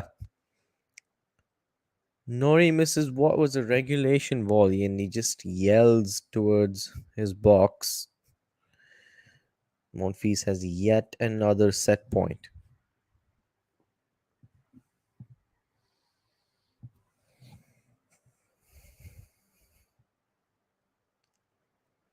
Oh, when you mentioned Vondi, I read that as Voldy, and I was like, who's Voldemort here? Um, anyway, it is set point again for Gaël Monfils. Norrie nets the serve, its second serve. Norrie set point for Monfils. It's a double fault. Norrie double faults on set point, and Gaël Monfils, believe it or not, has taken the second set. We're all square. We're into a decider. We were just talking about the fact that it was just a matter of if Monfils was going to pull the plug on this match, but here we are. We're into a deciding set. Um, there you go. So we have at least Thanks for tuning. set of tennis with us between Norrie and Monfils. Let me just quickly pull up the stats.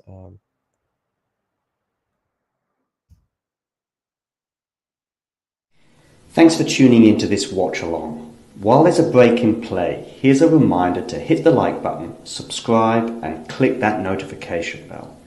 Your support helps to keep the channel going. While we're here, you can now become a member to enjoy perks including badges for the live chat, but also bonus material such as interviews with top players from both ATP and WTA tours. The membership link is pinned in the live chat. You can also follow us on Twitter, Facebook and Instagram.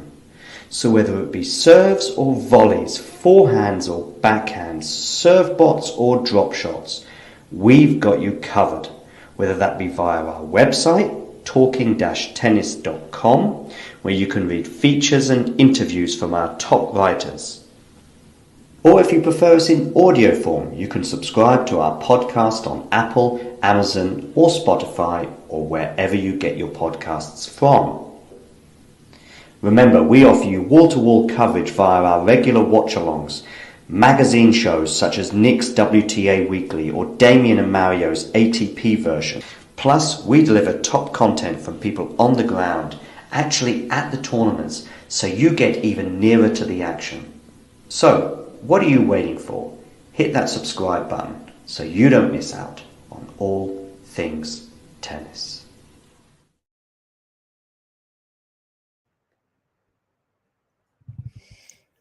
Here are the stats for that second set. Not a very clean one, especially from Norrie.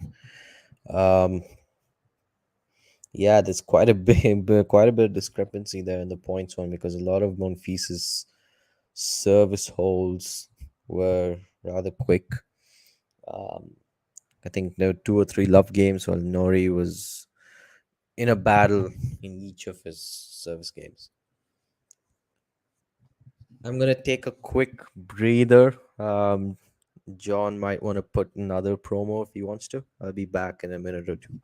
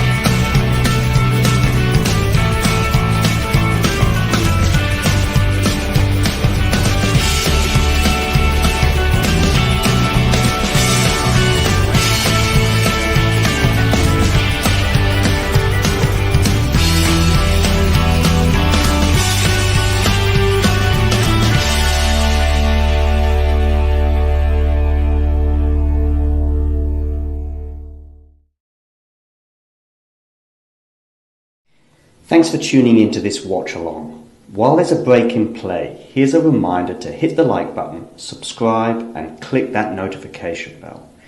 Your support helps to keep the channel going. While we're here, you can now become a member to enjoy perks including badges for the live chat, but also bonus material such as interviews with top players from both ATP and WTA tours. The membership link is pinned in the live chat. You can also follow us on Twitter, Facebook and Instagram. So whether it be serves or volleys, forehands or backhands, serve bots or drop shots, we've got you covered. Whether that be via our website, talking-tennis.com, where you can read features and interviews from our top writers. Or if you prefer us in audio form, you can subscribe to our podcast on Apple, Amazon or Spotify or wherever you get your podcasts from. Remember, we offer you wall-to-wall coverage via our regular watch-alongs, magazine shows such as Nick's WTA Weekly or Damien and Mario's ATP version. Plus, we deliver top content from people on the ground, actually at the tournaments, so you get even nearer to the action. So, what are you waiting for? Hit that subscribe button so you don't miss out on all things tennis. And I'm back. See, John was kind of freaking out on those promos there, the iMovie promos. I loved them all. I mean, I've watched them before, but I was obviously away when most of them were being played at the moment. In any case, Norrie has a break point already on Monfils' serve. You would think that this could be curtains if Norrie gets to break. And Monfils is just double faulted. Norrie gets the early break. It's one love. Does Monfils have anything left in the tank? Is the question. He was just absolutely injecting all of the pace possible on pretty much every single ground stroke in that previous set or towards the end of that set. He was hammering that, bludgeoning the forehand. He was setting up the points really well, aided by Norrie's errors for sure. Some crucial double faults and crucial errors um, in key moments. But in any event, Norrie has the advantage now. He's up a break in the deciding set. Um, yeah, I mean, it's nice to see that Monfils is seemingly all right. It's clearly hampered physically, and that's not allowing him to move as well. But in any event, um,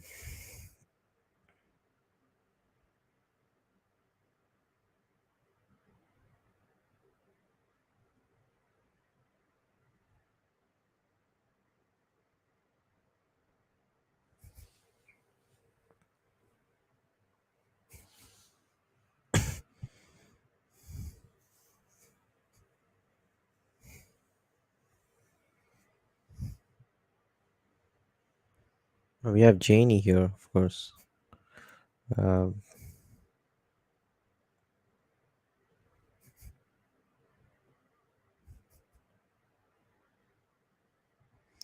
let's see what's going on in the other court. So Hurkacz is 5-4 up in the first set. Of course, it's on serve. Kokonakis serving 40-30. Mukova and Haddad Meyer 2-all in the third set.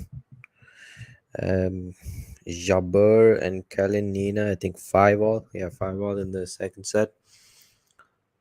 Not sure if there were more exchanges and breaks before that.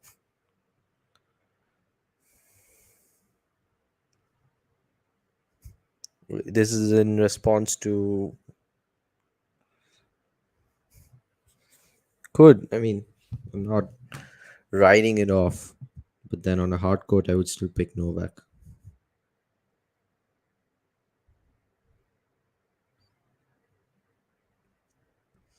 Which is a pretty strange thing to say, considering you would have thought that grass was Fokina's best surface. He was a junior Wimbledon champion. But of course, and then we all remember that match against Hurkacz last year. Was up 2 sets to love, 5-3, multiple match points, and then he goes for the tweener, he misses, and then it's a long route from there to ending up winning. I think what 10-7 or 10-8 in the fifth set tiebreaker. And I still do think some of his best results at the big events have come on clay. Um, Monte Carlo finalist, RG quarterfinalist. Um, I would say Davidovich Fokina is arguably the most talented player who's yet to break the top 20. I think so. I can see that John is like interesting. That is quite the controversial opinion. But yeah, well, you still have Dan Evans, who, funnily enough, hasn't cracked the top 20 yet, even though he's a semi-finalist, multiple time semi-finalist at Masters level. He's won Washington pretty recently. I think he's made the fourth round at Slams. It was 2 years ago at the US Open, losing to Medvedev. So it's pretty strange how he's not broken into the top 20 yet with results like that. But then again, it's like once in a year, once a year kind of uh, results that he's having. Back to this match though. Um, Cam Norrie is facing break point, having just broken Monfils. And oh my god, he's double faulted again. It's 1-all in the deciding set. Players have just traded breaks. It's crazy. What's left first to see in this match? Okay, From what I recall, Sonego was up a break in the second set against Shevchenko. So that's interesting turn of events there. Um, there into a decider.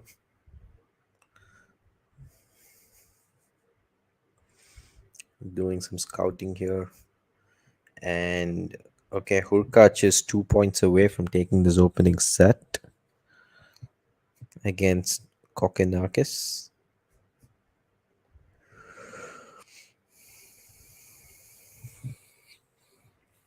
Monfils serving 1 all, 15 all. This match is looking interesting. If not the highest quality, it's still pretty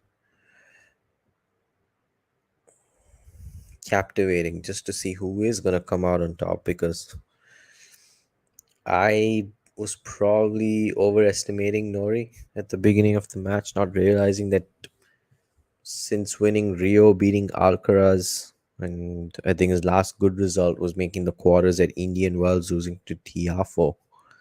He's not really done anything of note. Um, I think he lost. Yeah, he lost to Eubanks in Wimbledon. It was early, second or third round. Second round, I think, or was it third round? Either way, um, one of one of the team members, tennis ranter James. He's pretty good at chronicling Cam Norrie's career, and follows Norrie pretty closely on tour. And he also thinks that it's not looking pretty good for Norrie since Indian Wells. And yeah, we could see that here. He's just been really scratchy. He's lacking in confidence to quite an extent. Um, Missing some shots that he really wouldn't miss. A lot of double faults in key moments. There was again even at, was it 15 all, 30 15? It was 15 all, where he missed the easiest of volleys. Really, you would expect him to make in his sleep. That being said, Monfils is now 2-1 up in the decider. Yeah, Peaches is lurking. Yeah, my bad, Peaches. I usually put up a banner indicating the score. Let me just do that here pretty quickly.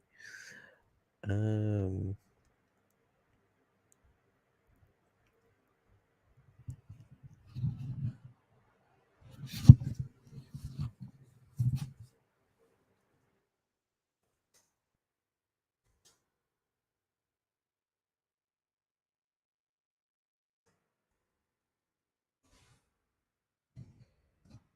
you pull that up. I mean, in any case, I have a banner here for if you switch between matches, which is fair enough.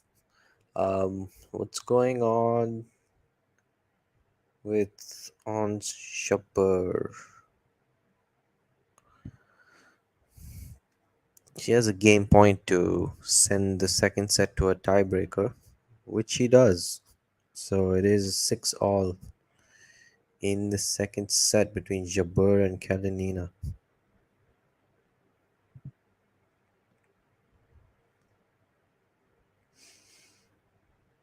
I see that Hurkacz is involved in a pretty long game with Kokenakis, where he had a set point. Probably the fifth deuce. 5 deuces later, Kokenakis has another game point for 5 all.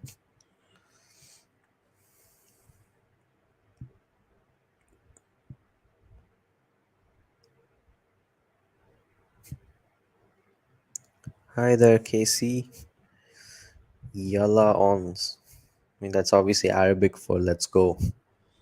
Um,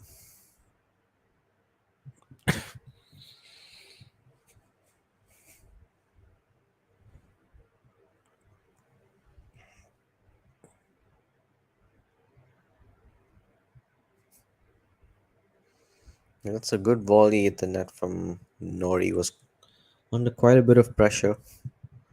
It's a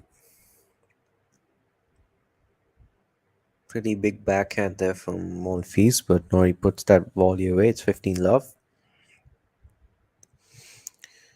1-2 in the decider.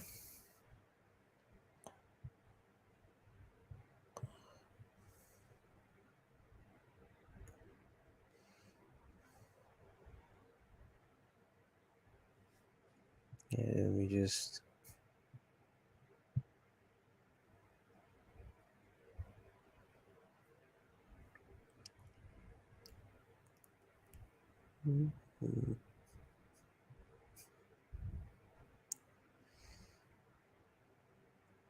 Okay, it's a pretty long rally, and then Monfils with his signature stand and deliver forehand off a pretty high ball.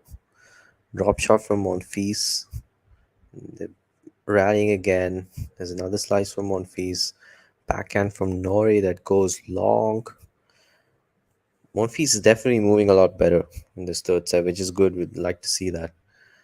And as I speak, he's grabbing his scarf. But no, yeah, I think he's just adjusting his socks a little bit. Definitely feeling the strain. 29 shot rally, which he wins. And it is 15 all.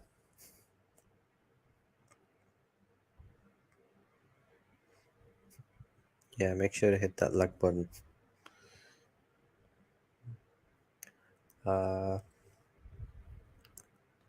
yeah, that's better. Mid rally again, and Monfils is just unloading on these forehands. Drop shot brings Norrie to the net. Whoa, and Monfils is at the net. There's a cat and mouse exchange going on. Monfils puts the volley away. He's moving a lot better now. He was able to track down that um, counter drop shot, if you want to call it, from Norrie. Um, yeah, he was able to track that down just fine. Couple of volleys from Monfils at the net seals the point. He has half a chance to break here. Norrie's yet to hold serve this set.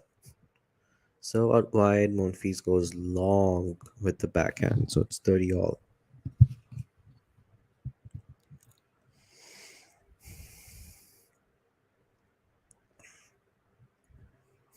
And Norrie's doing it again with the ball toss. Um, Players mid rally again. Ooh, Monfils almost slipped, but he's gotten his balance back. Uh,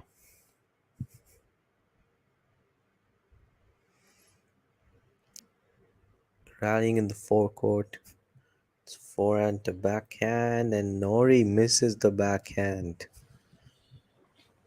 It is break point for Gaël Monfils, who was down a break to start the set, and now he has a break point to go up a break.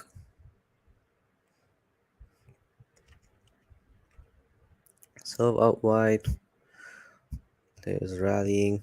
Uh, oh, Norrie misses the forehand. Monfils has gotten the break. Just sort of come out of nowhere, I should say. And Monfils is just getting ready to get this fifth game underway. It's giving this box that look which says, yeah, I'm almost there. I can get past this finish line.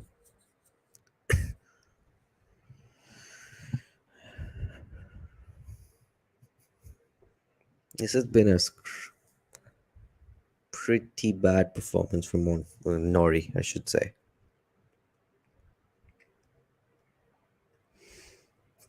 Backhand of Norrie's forehand, of Monfils' backhand.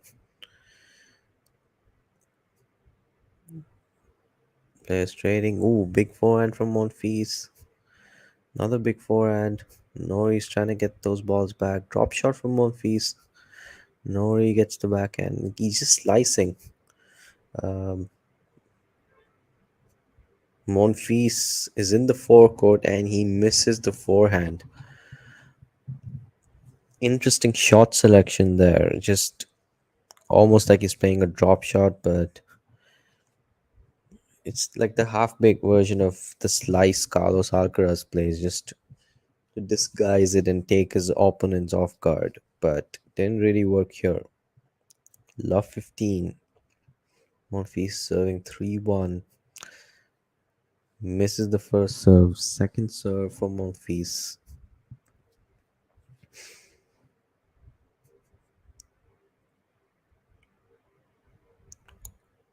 He missed that forehand. No. These are the cons of watching the match on mute because sometimes you can't really tell. That was a huge forehand from Monfils. Stand and deliver 15 all. So out wide. Backhand cross court from Monfils. Norrie goes long with that forehand.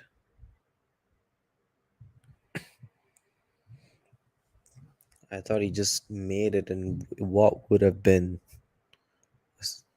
an absolute screamer of a forehand. He's just missed it. It's 30-15 for Monfils.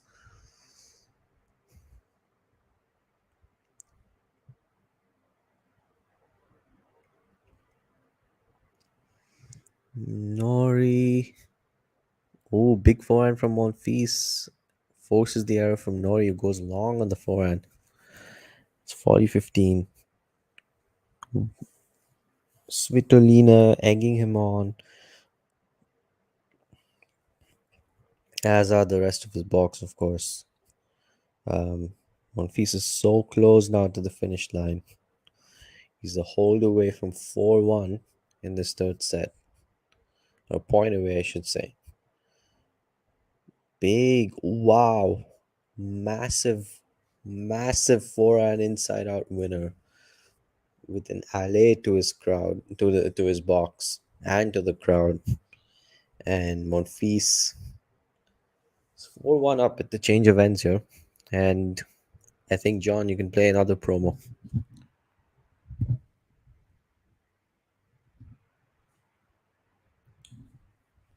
Thanks for tuning into this watch along. While there's a break in play, here's a reminder to hit the like button, subscribe, and click that notification bell.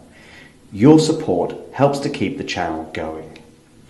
While we're here, you can now become a member to enjoy perks including badges for the live chat, but also bonus material such as interviews with top players from both ATP and WTA tours.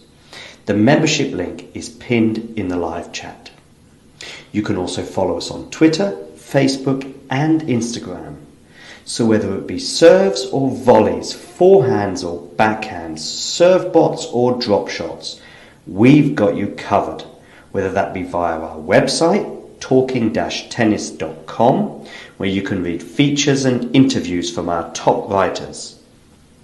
Or if you prefer us in audio form, you can subscribe to our podcast on Apple, Amazon or Spotify or wherever you get your podcasts from. Remember, we offer you wall-to-wall coverage via our regular watch-alongs, magazine shows such as Nick's WTA Weekly or Damien and Mario's ATP version. Plus, we deliver top content from people on the ground, actually at the tournaments, so you get even nearer to the action. So, what are you waiting for? Hit that subscribe button so you don't miss out on all things tennis.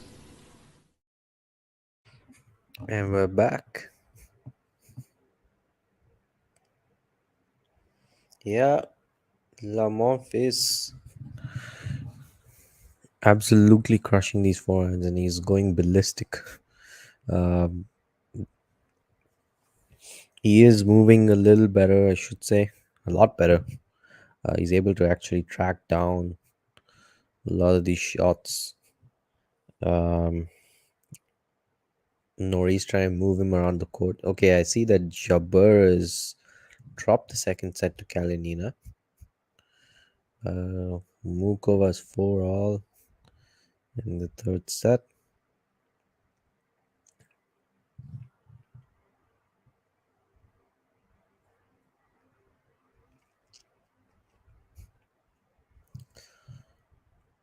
Norrie serving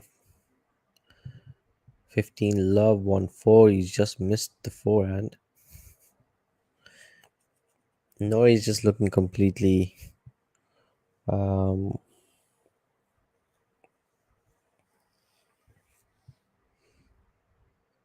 of sorts here. A lot of errors, uncharacteristic errors.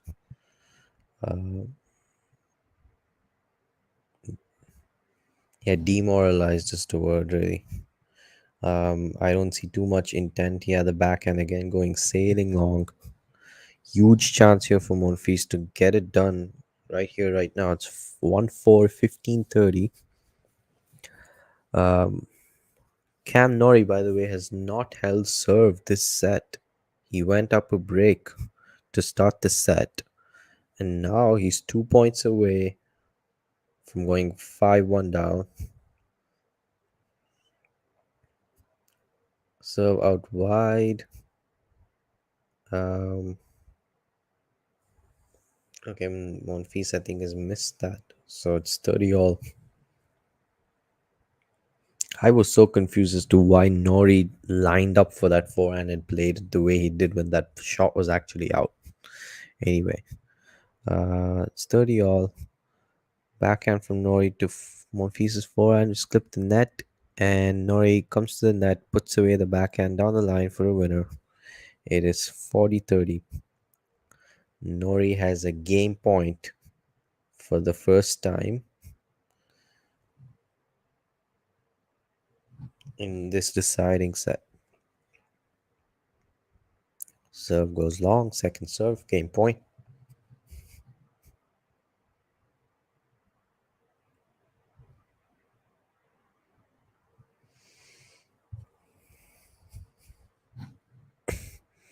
Backhand, the backhand exchange. Backhand cross court from Norrie. Pushes. Has Norrie gone long with the forehand? Yes, he has. It's a shame, really, because he constructed that point really well. Pushed Monfils out wide with the backhand. Lined up for the forehand pretty well, but went long. So we're back to deuce. Norrie goes wide in the first serve, so it's a second serve. 1-4, deuce. Gets it in. Forehand from Monfils, forehand from Norrie. Backhand from Monfils is hits the net.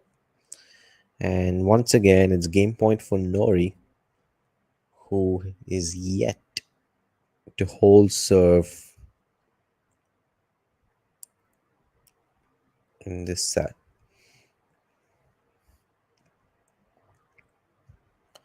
Oh, serve out wide from Norrie. He had all of the court to put away the forehand. He went long once again. Just pretty much sums up his performance today. A lot of uncharacteristic errors. More than Monfils' own display. That's sort of what is um, kept Monfils in this match and also kept him where he is right now. Um, it's deuce. Forehand from Norrie. Backhand from Monfils again. Hits the net. Monfils gesturing towards himself. He's not really happy to have missed that.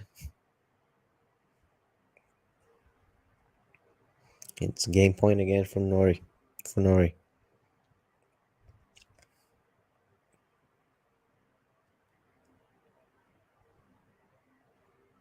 So out wide.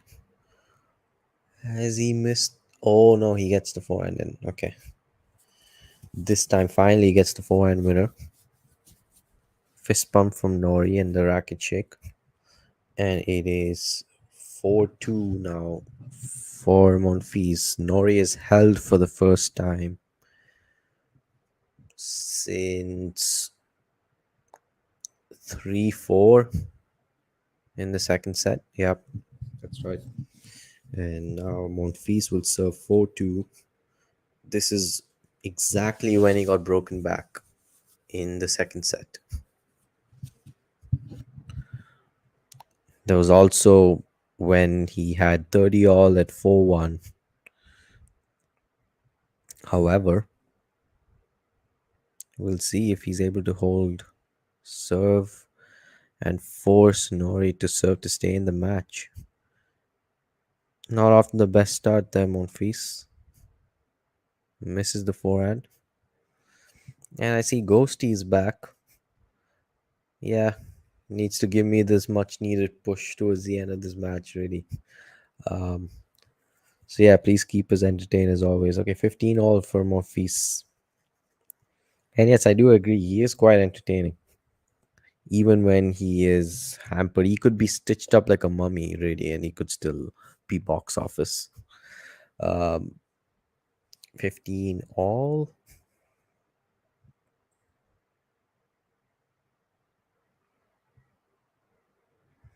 Second serve for Monfils.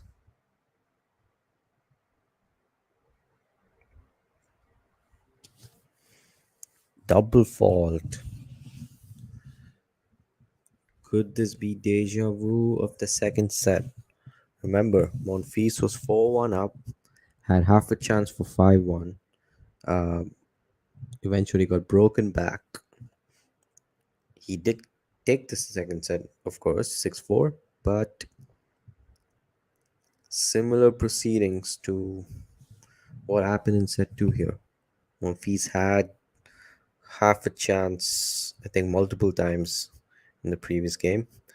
Oh, the backhand catches the lead cord. Norrie tries to put away the forehand at the net, but Monfils passes him with the forehand. So it's 30 all. That didn't look good for Monfils because Norrie just didn't do much with that forehand. Enough room for someone like Monfils to pass him.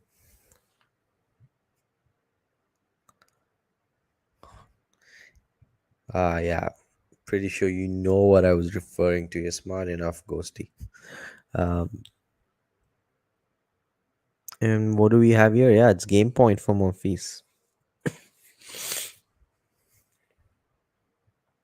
Crowd's clearly enjoying this.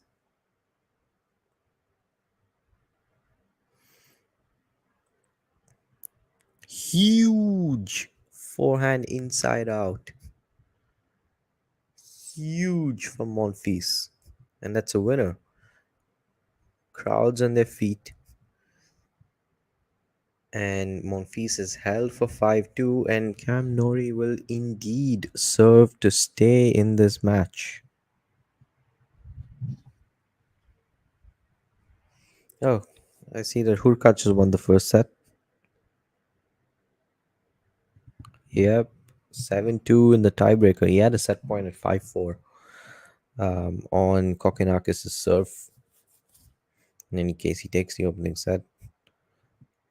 Danielle Collins has taken the first set against Pavlyuchenkova. Vondrousova is up a set and has breakpoint at 1-love in the second set against Sinaikova. Ons Jabeur is down a break in the third set against Kalinina and is down love 30. Is in danger of going 2 breaks down.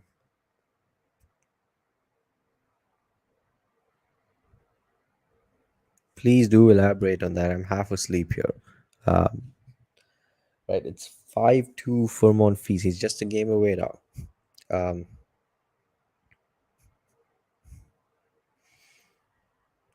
Mukova, on the other hand, is 5-4 deuce with Haddad Meyer serving in the deciding set. So she is also 2 points away from winning this match. Ons Jabeur was up a set in a break, and now it's 3 break points down and is facing a double break deficit in the deciding set. Anyway, Norrie is getting ready to serve to stay in the match. Could there be yet another twist? There's someone with a pink Rafa cap to make John happy. Uh,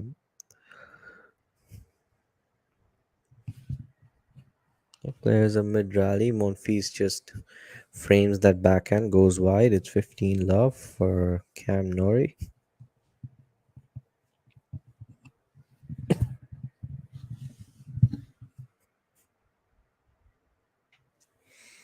Yeah, it is 1:30 a.m. Close to 1:30 a.m. where I am right now. And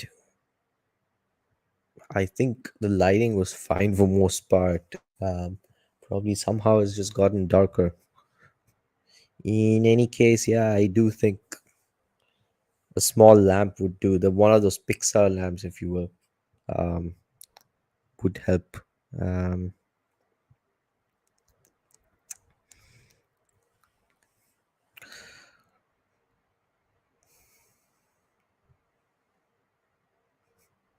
in any case, thanks for the recommendation, there, Ghosty, and thanks for obviously keeping me awake. Um, yes, Janie, I'm aware. He has a lot of ammo directed at me. I have to be awake. Um, Norrie, by the way, 40-15, and he holds with a forehand winner. Comfortable hold. Would have liked a hole like that at any other point during this deciding set, but nonetheless, better late than never. So it is 5-3 for Monfils. He serves for the match for a place in the round of 32. Crowds on their feet, majority of them rooting for Gaël.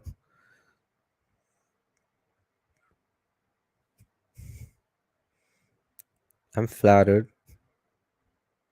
Uh,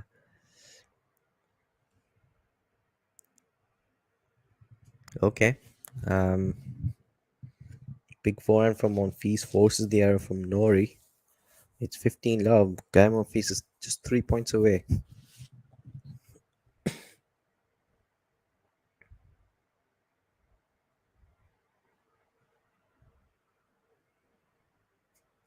Serve down the tee. Monfils blitzes the forehand. Is it long? Yes, it is.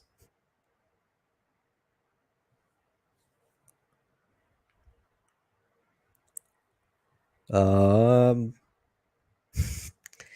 Very specific and very interesting.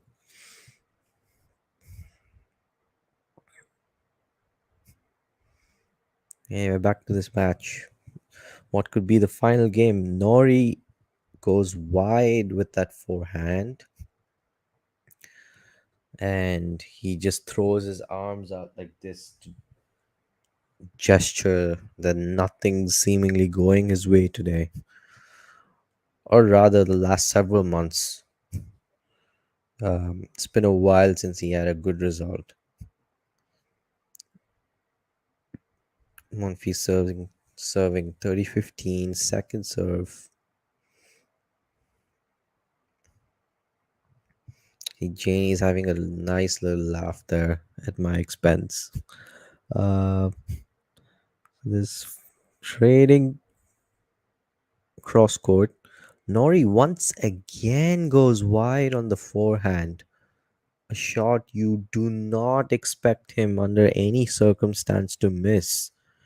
He's just been so good at grinding and being consistent on the ground strokes, especially the forehand. But oh boy, has he missed so many forehands today. Um, it's just insane. 2 match points for Guy Monfils, and he only needs one. Monfils, the winner over Cam Norrie, surprised me and has definitely surprised John. Um, Two of us thought that he would probably call it quits.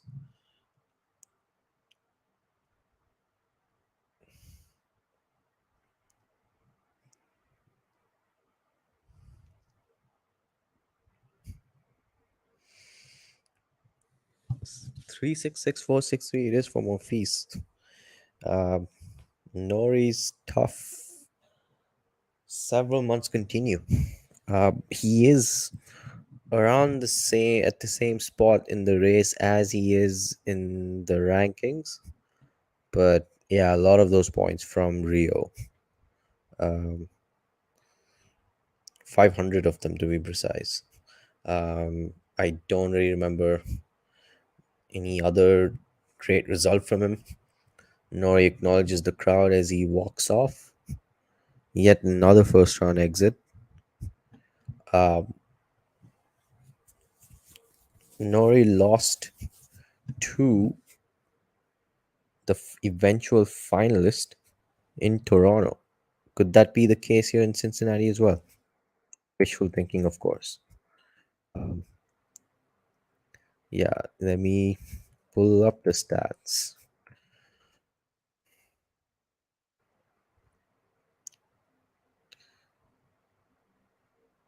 Where is.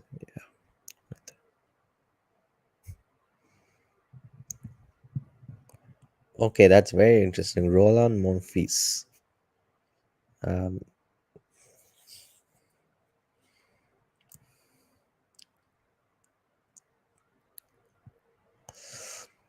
that is just a very painful prospect. I mean, just to think about getting a tattoo, let alone on my face. No, I don't want to even think of that. Um,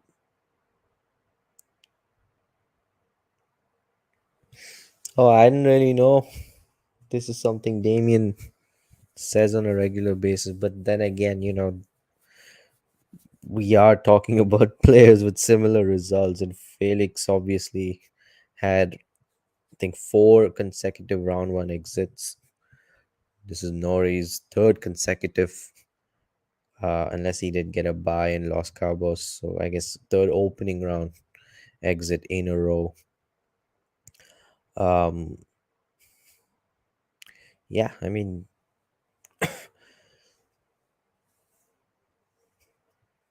Norrie started the match from down, coming back from down a break in the first set.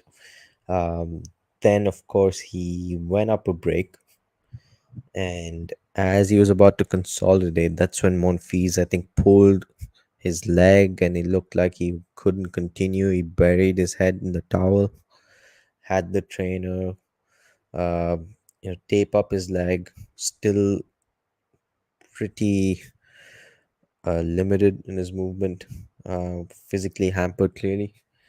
Um, and then, of course, he started to ease into the match a little bit more. He was playing some big shots in the second set.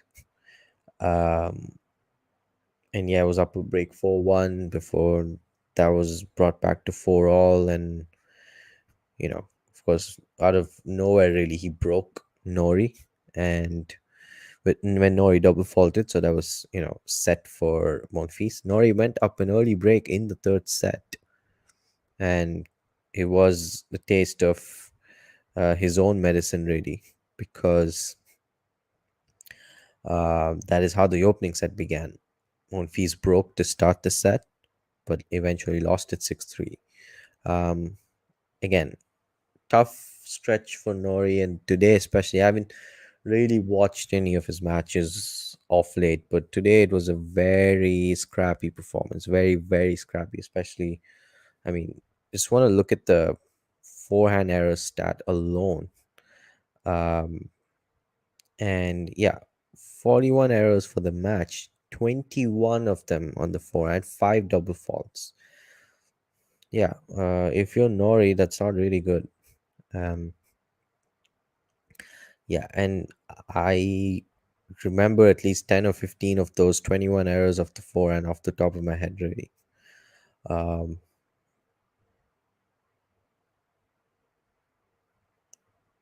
Here you go if you want to look at the stats. And there's the draw. Okay, so we could.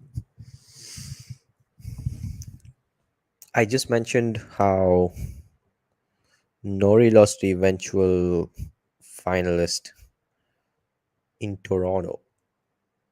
Nori lost to Monfils. I'm not liking the fact that, you know, Djokovic is in that same section. I mean, the record speaks for itself. It's like 18-0 for Novak. Would just pretty much be 19-0 unless Monfils gives him a walkover. But in any case, that is not an easy section for Novak. Um, I could share the stats in detail here. Here you go.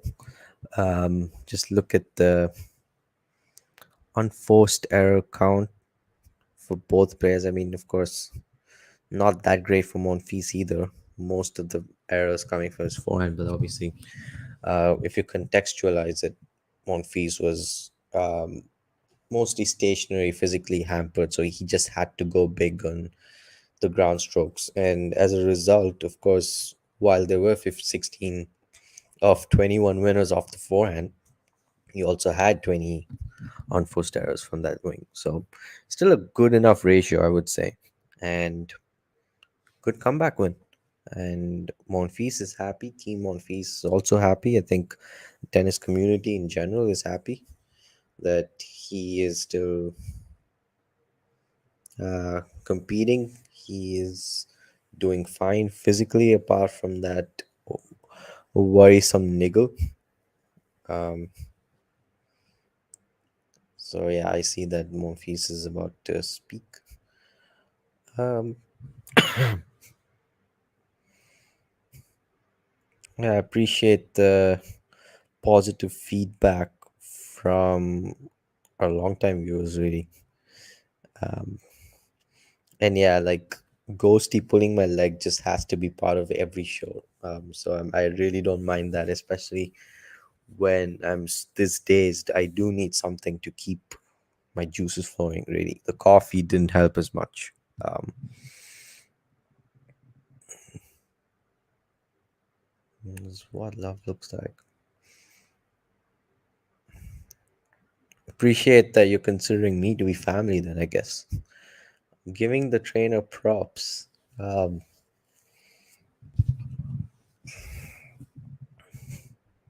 yeah, of course he would, because honestly didn't expect him to come out as the winner after that moment. Just took a very bad performance from Norrie. Monfils was great too, for sure, but you wouldn't have expected Norrie to lose a match like this from the position he was in. Also, let me just track back to his loss to Demi Noor. Oh, and by the way, on other courts, Mukova did beat Haddad Maya. Maybe John put that score up while I was talking about this match. Um, Kalinina serving for the match 5-2 with two breaks against On Shabur. Danielle Collins is a set and a breakup against Anastasia Pavlyuchenkova. And Buskova winner against Begu. Oh, Kokinakis is up a break against Hubert Hurkacz in the second set. He's 3-love up.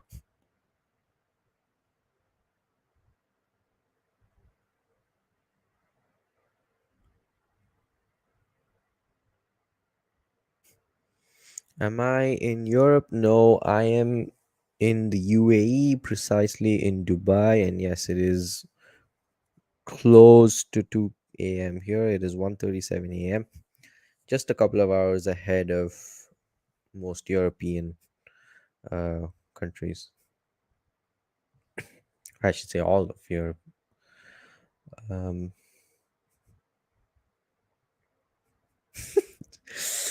of course.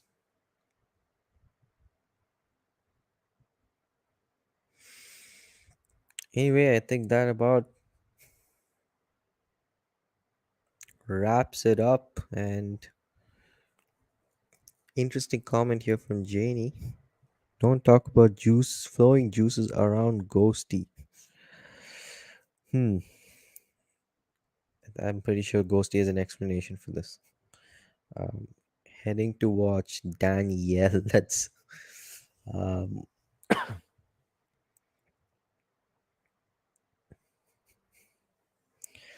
I think a lot of people would have caught that little controversy that she had with Maria Sakkari in Montreal. She just basically asked her to shut up. Um,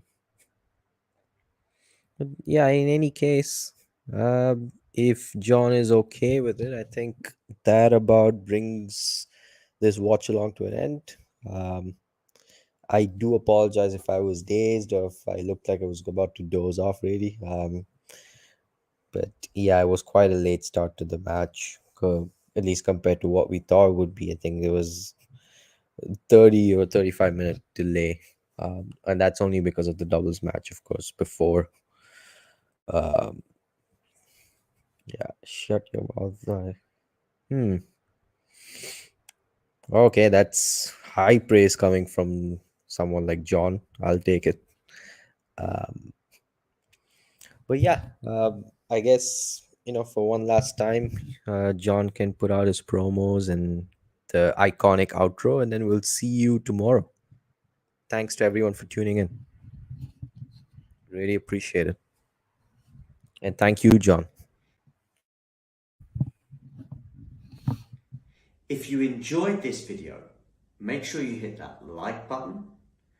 Don't forget to subscribe and click that notification bell so you don't miss out on all things tennis.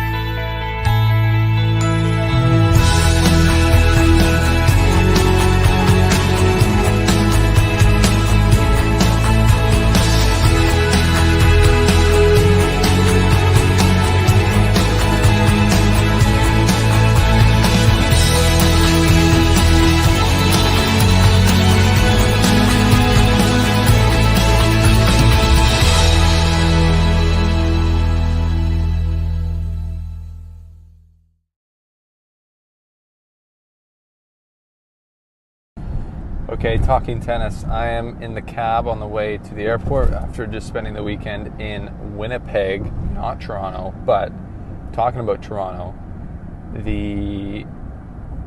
what a tournament for Yannick Sinner. Big week. I feel like that victory was good for tennis. It was good to have Yannick Sinner get a big title like this. I feel like he's, keeping pace again with Carlos Alcaraz and Holger Rune as those three super young guys. The other two have won big titles, been really deep. And Yannick, this is a good testament to the work that he's been putting in, the changes that he's made. Darren Cahill on the bag, one of the most legendary coaches in the game currently. Super impressive. Big win for him. Toronto's not the field that didn't have the field that other tournaments might have, and he didn't have to beat Alcaraz or Djokovic in the final, for example. But, that doesn't matter compared to winning, getting that winning feeling, getting that 1,000 points, you know. That gives you confidence going into Cincinnati and then the U.S. Open. So, yeah, I think that that win helps experience. I was talking to Canadian player Alexis Galarneau yesterday. You know, he's been on the Challenger Tour, but he just won his first Challenger, and he was talking about the experience of losing a Challenger final before that, and what you learn. You know, I think Jannik Sinner's learned a lot from the losses he's had in finals, and now he's got over the lines, and now he has that in his brain of what it feels like to win, what I did last time when I won. How can I do that again the next time he's in that situation? So I think this will be a big result for him going forward, and I'm excited to see what he can do at the US Open, because he's one of, now after winning that, I think he's got to be in the top 5 or 6 contenders to win the title, and you never know.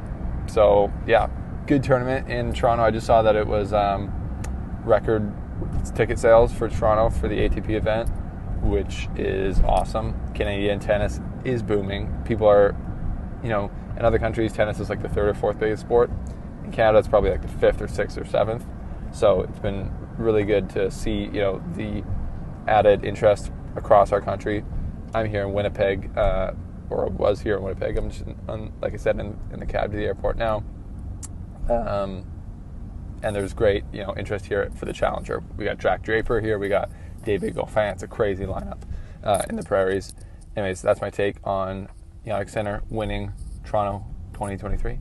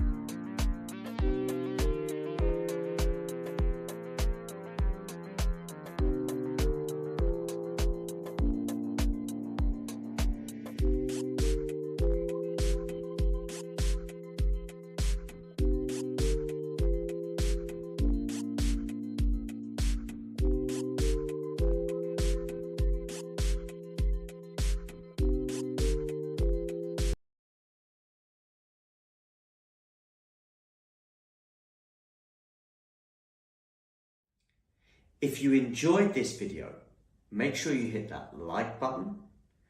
Don't forget to subscribe and click that notification bell so you don't miss out on all things tennis.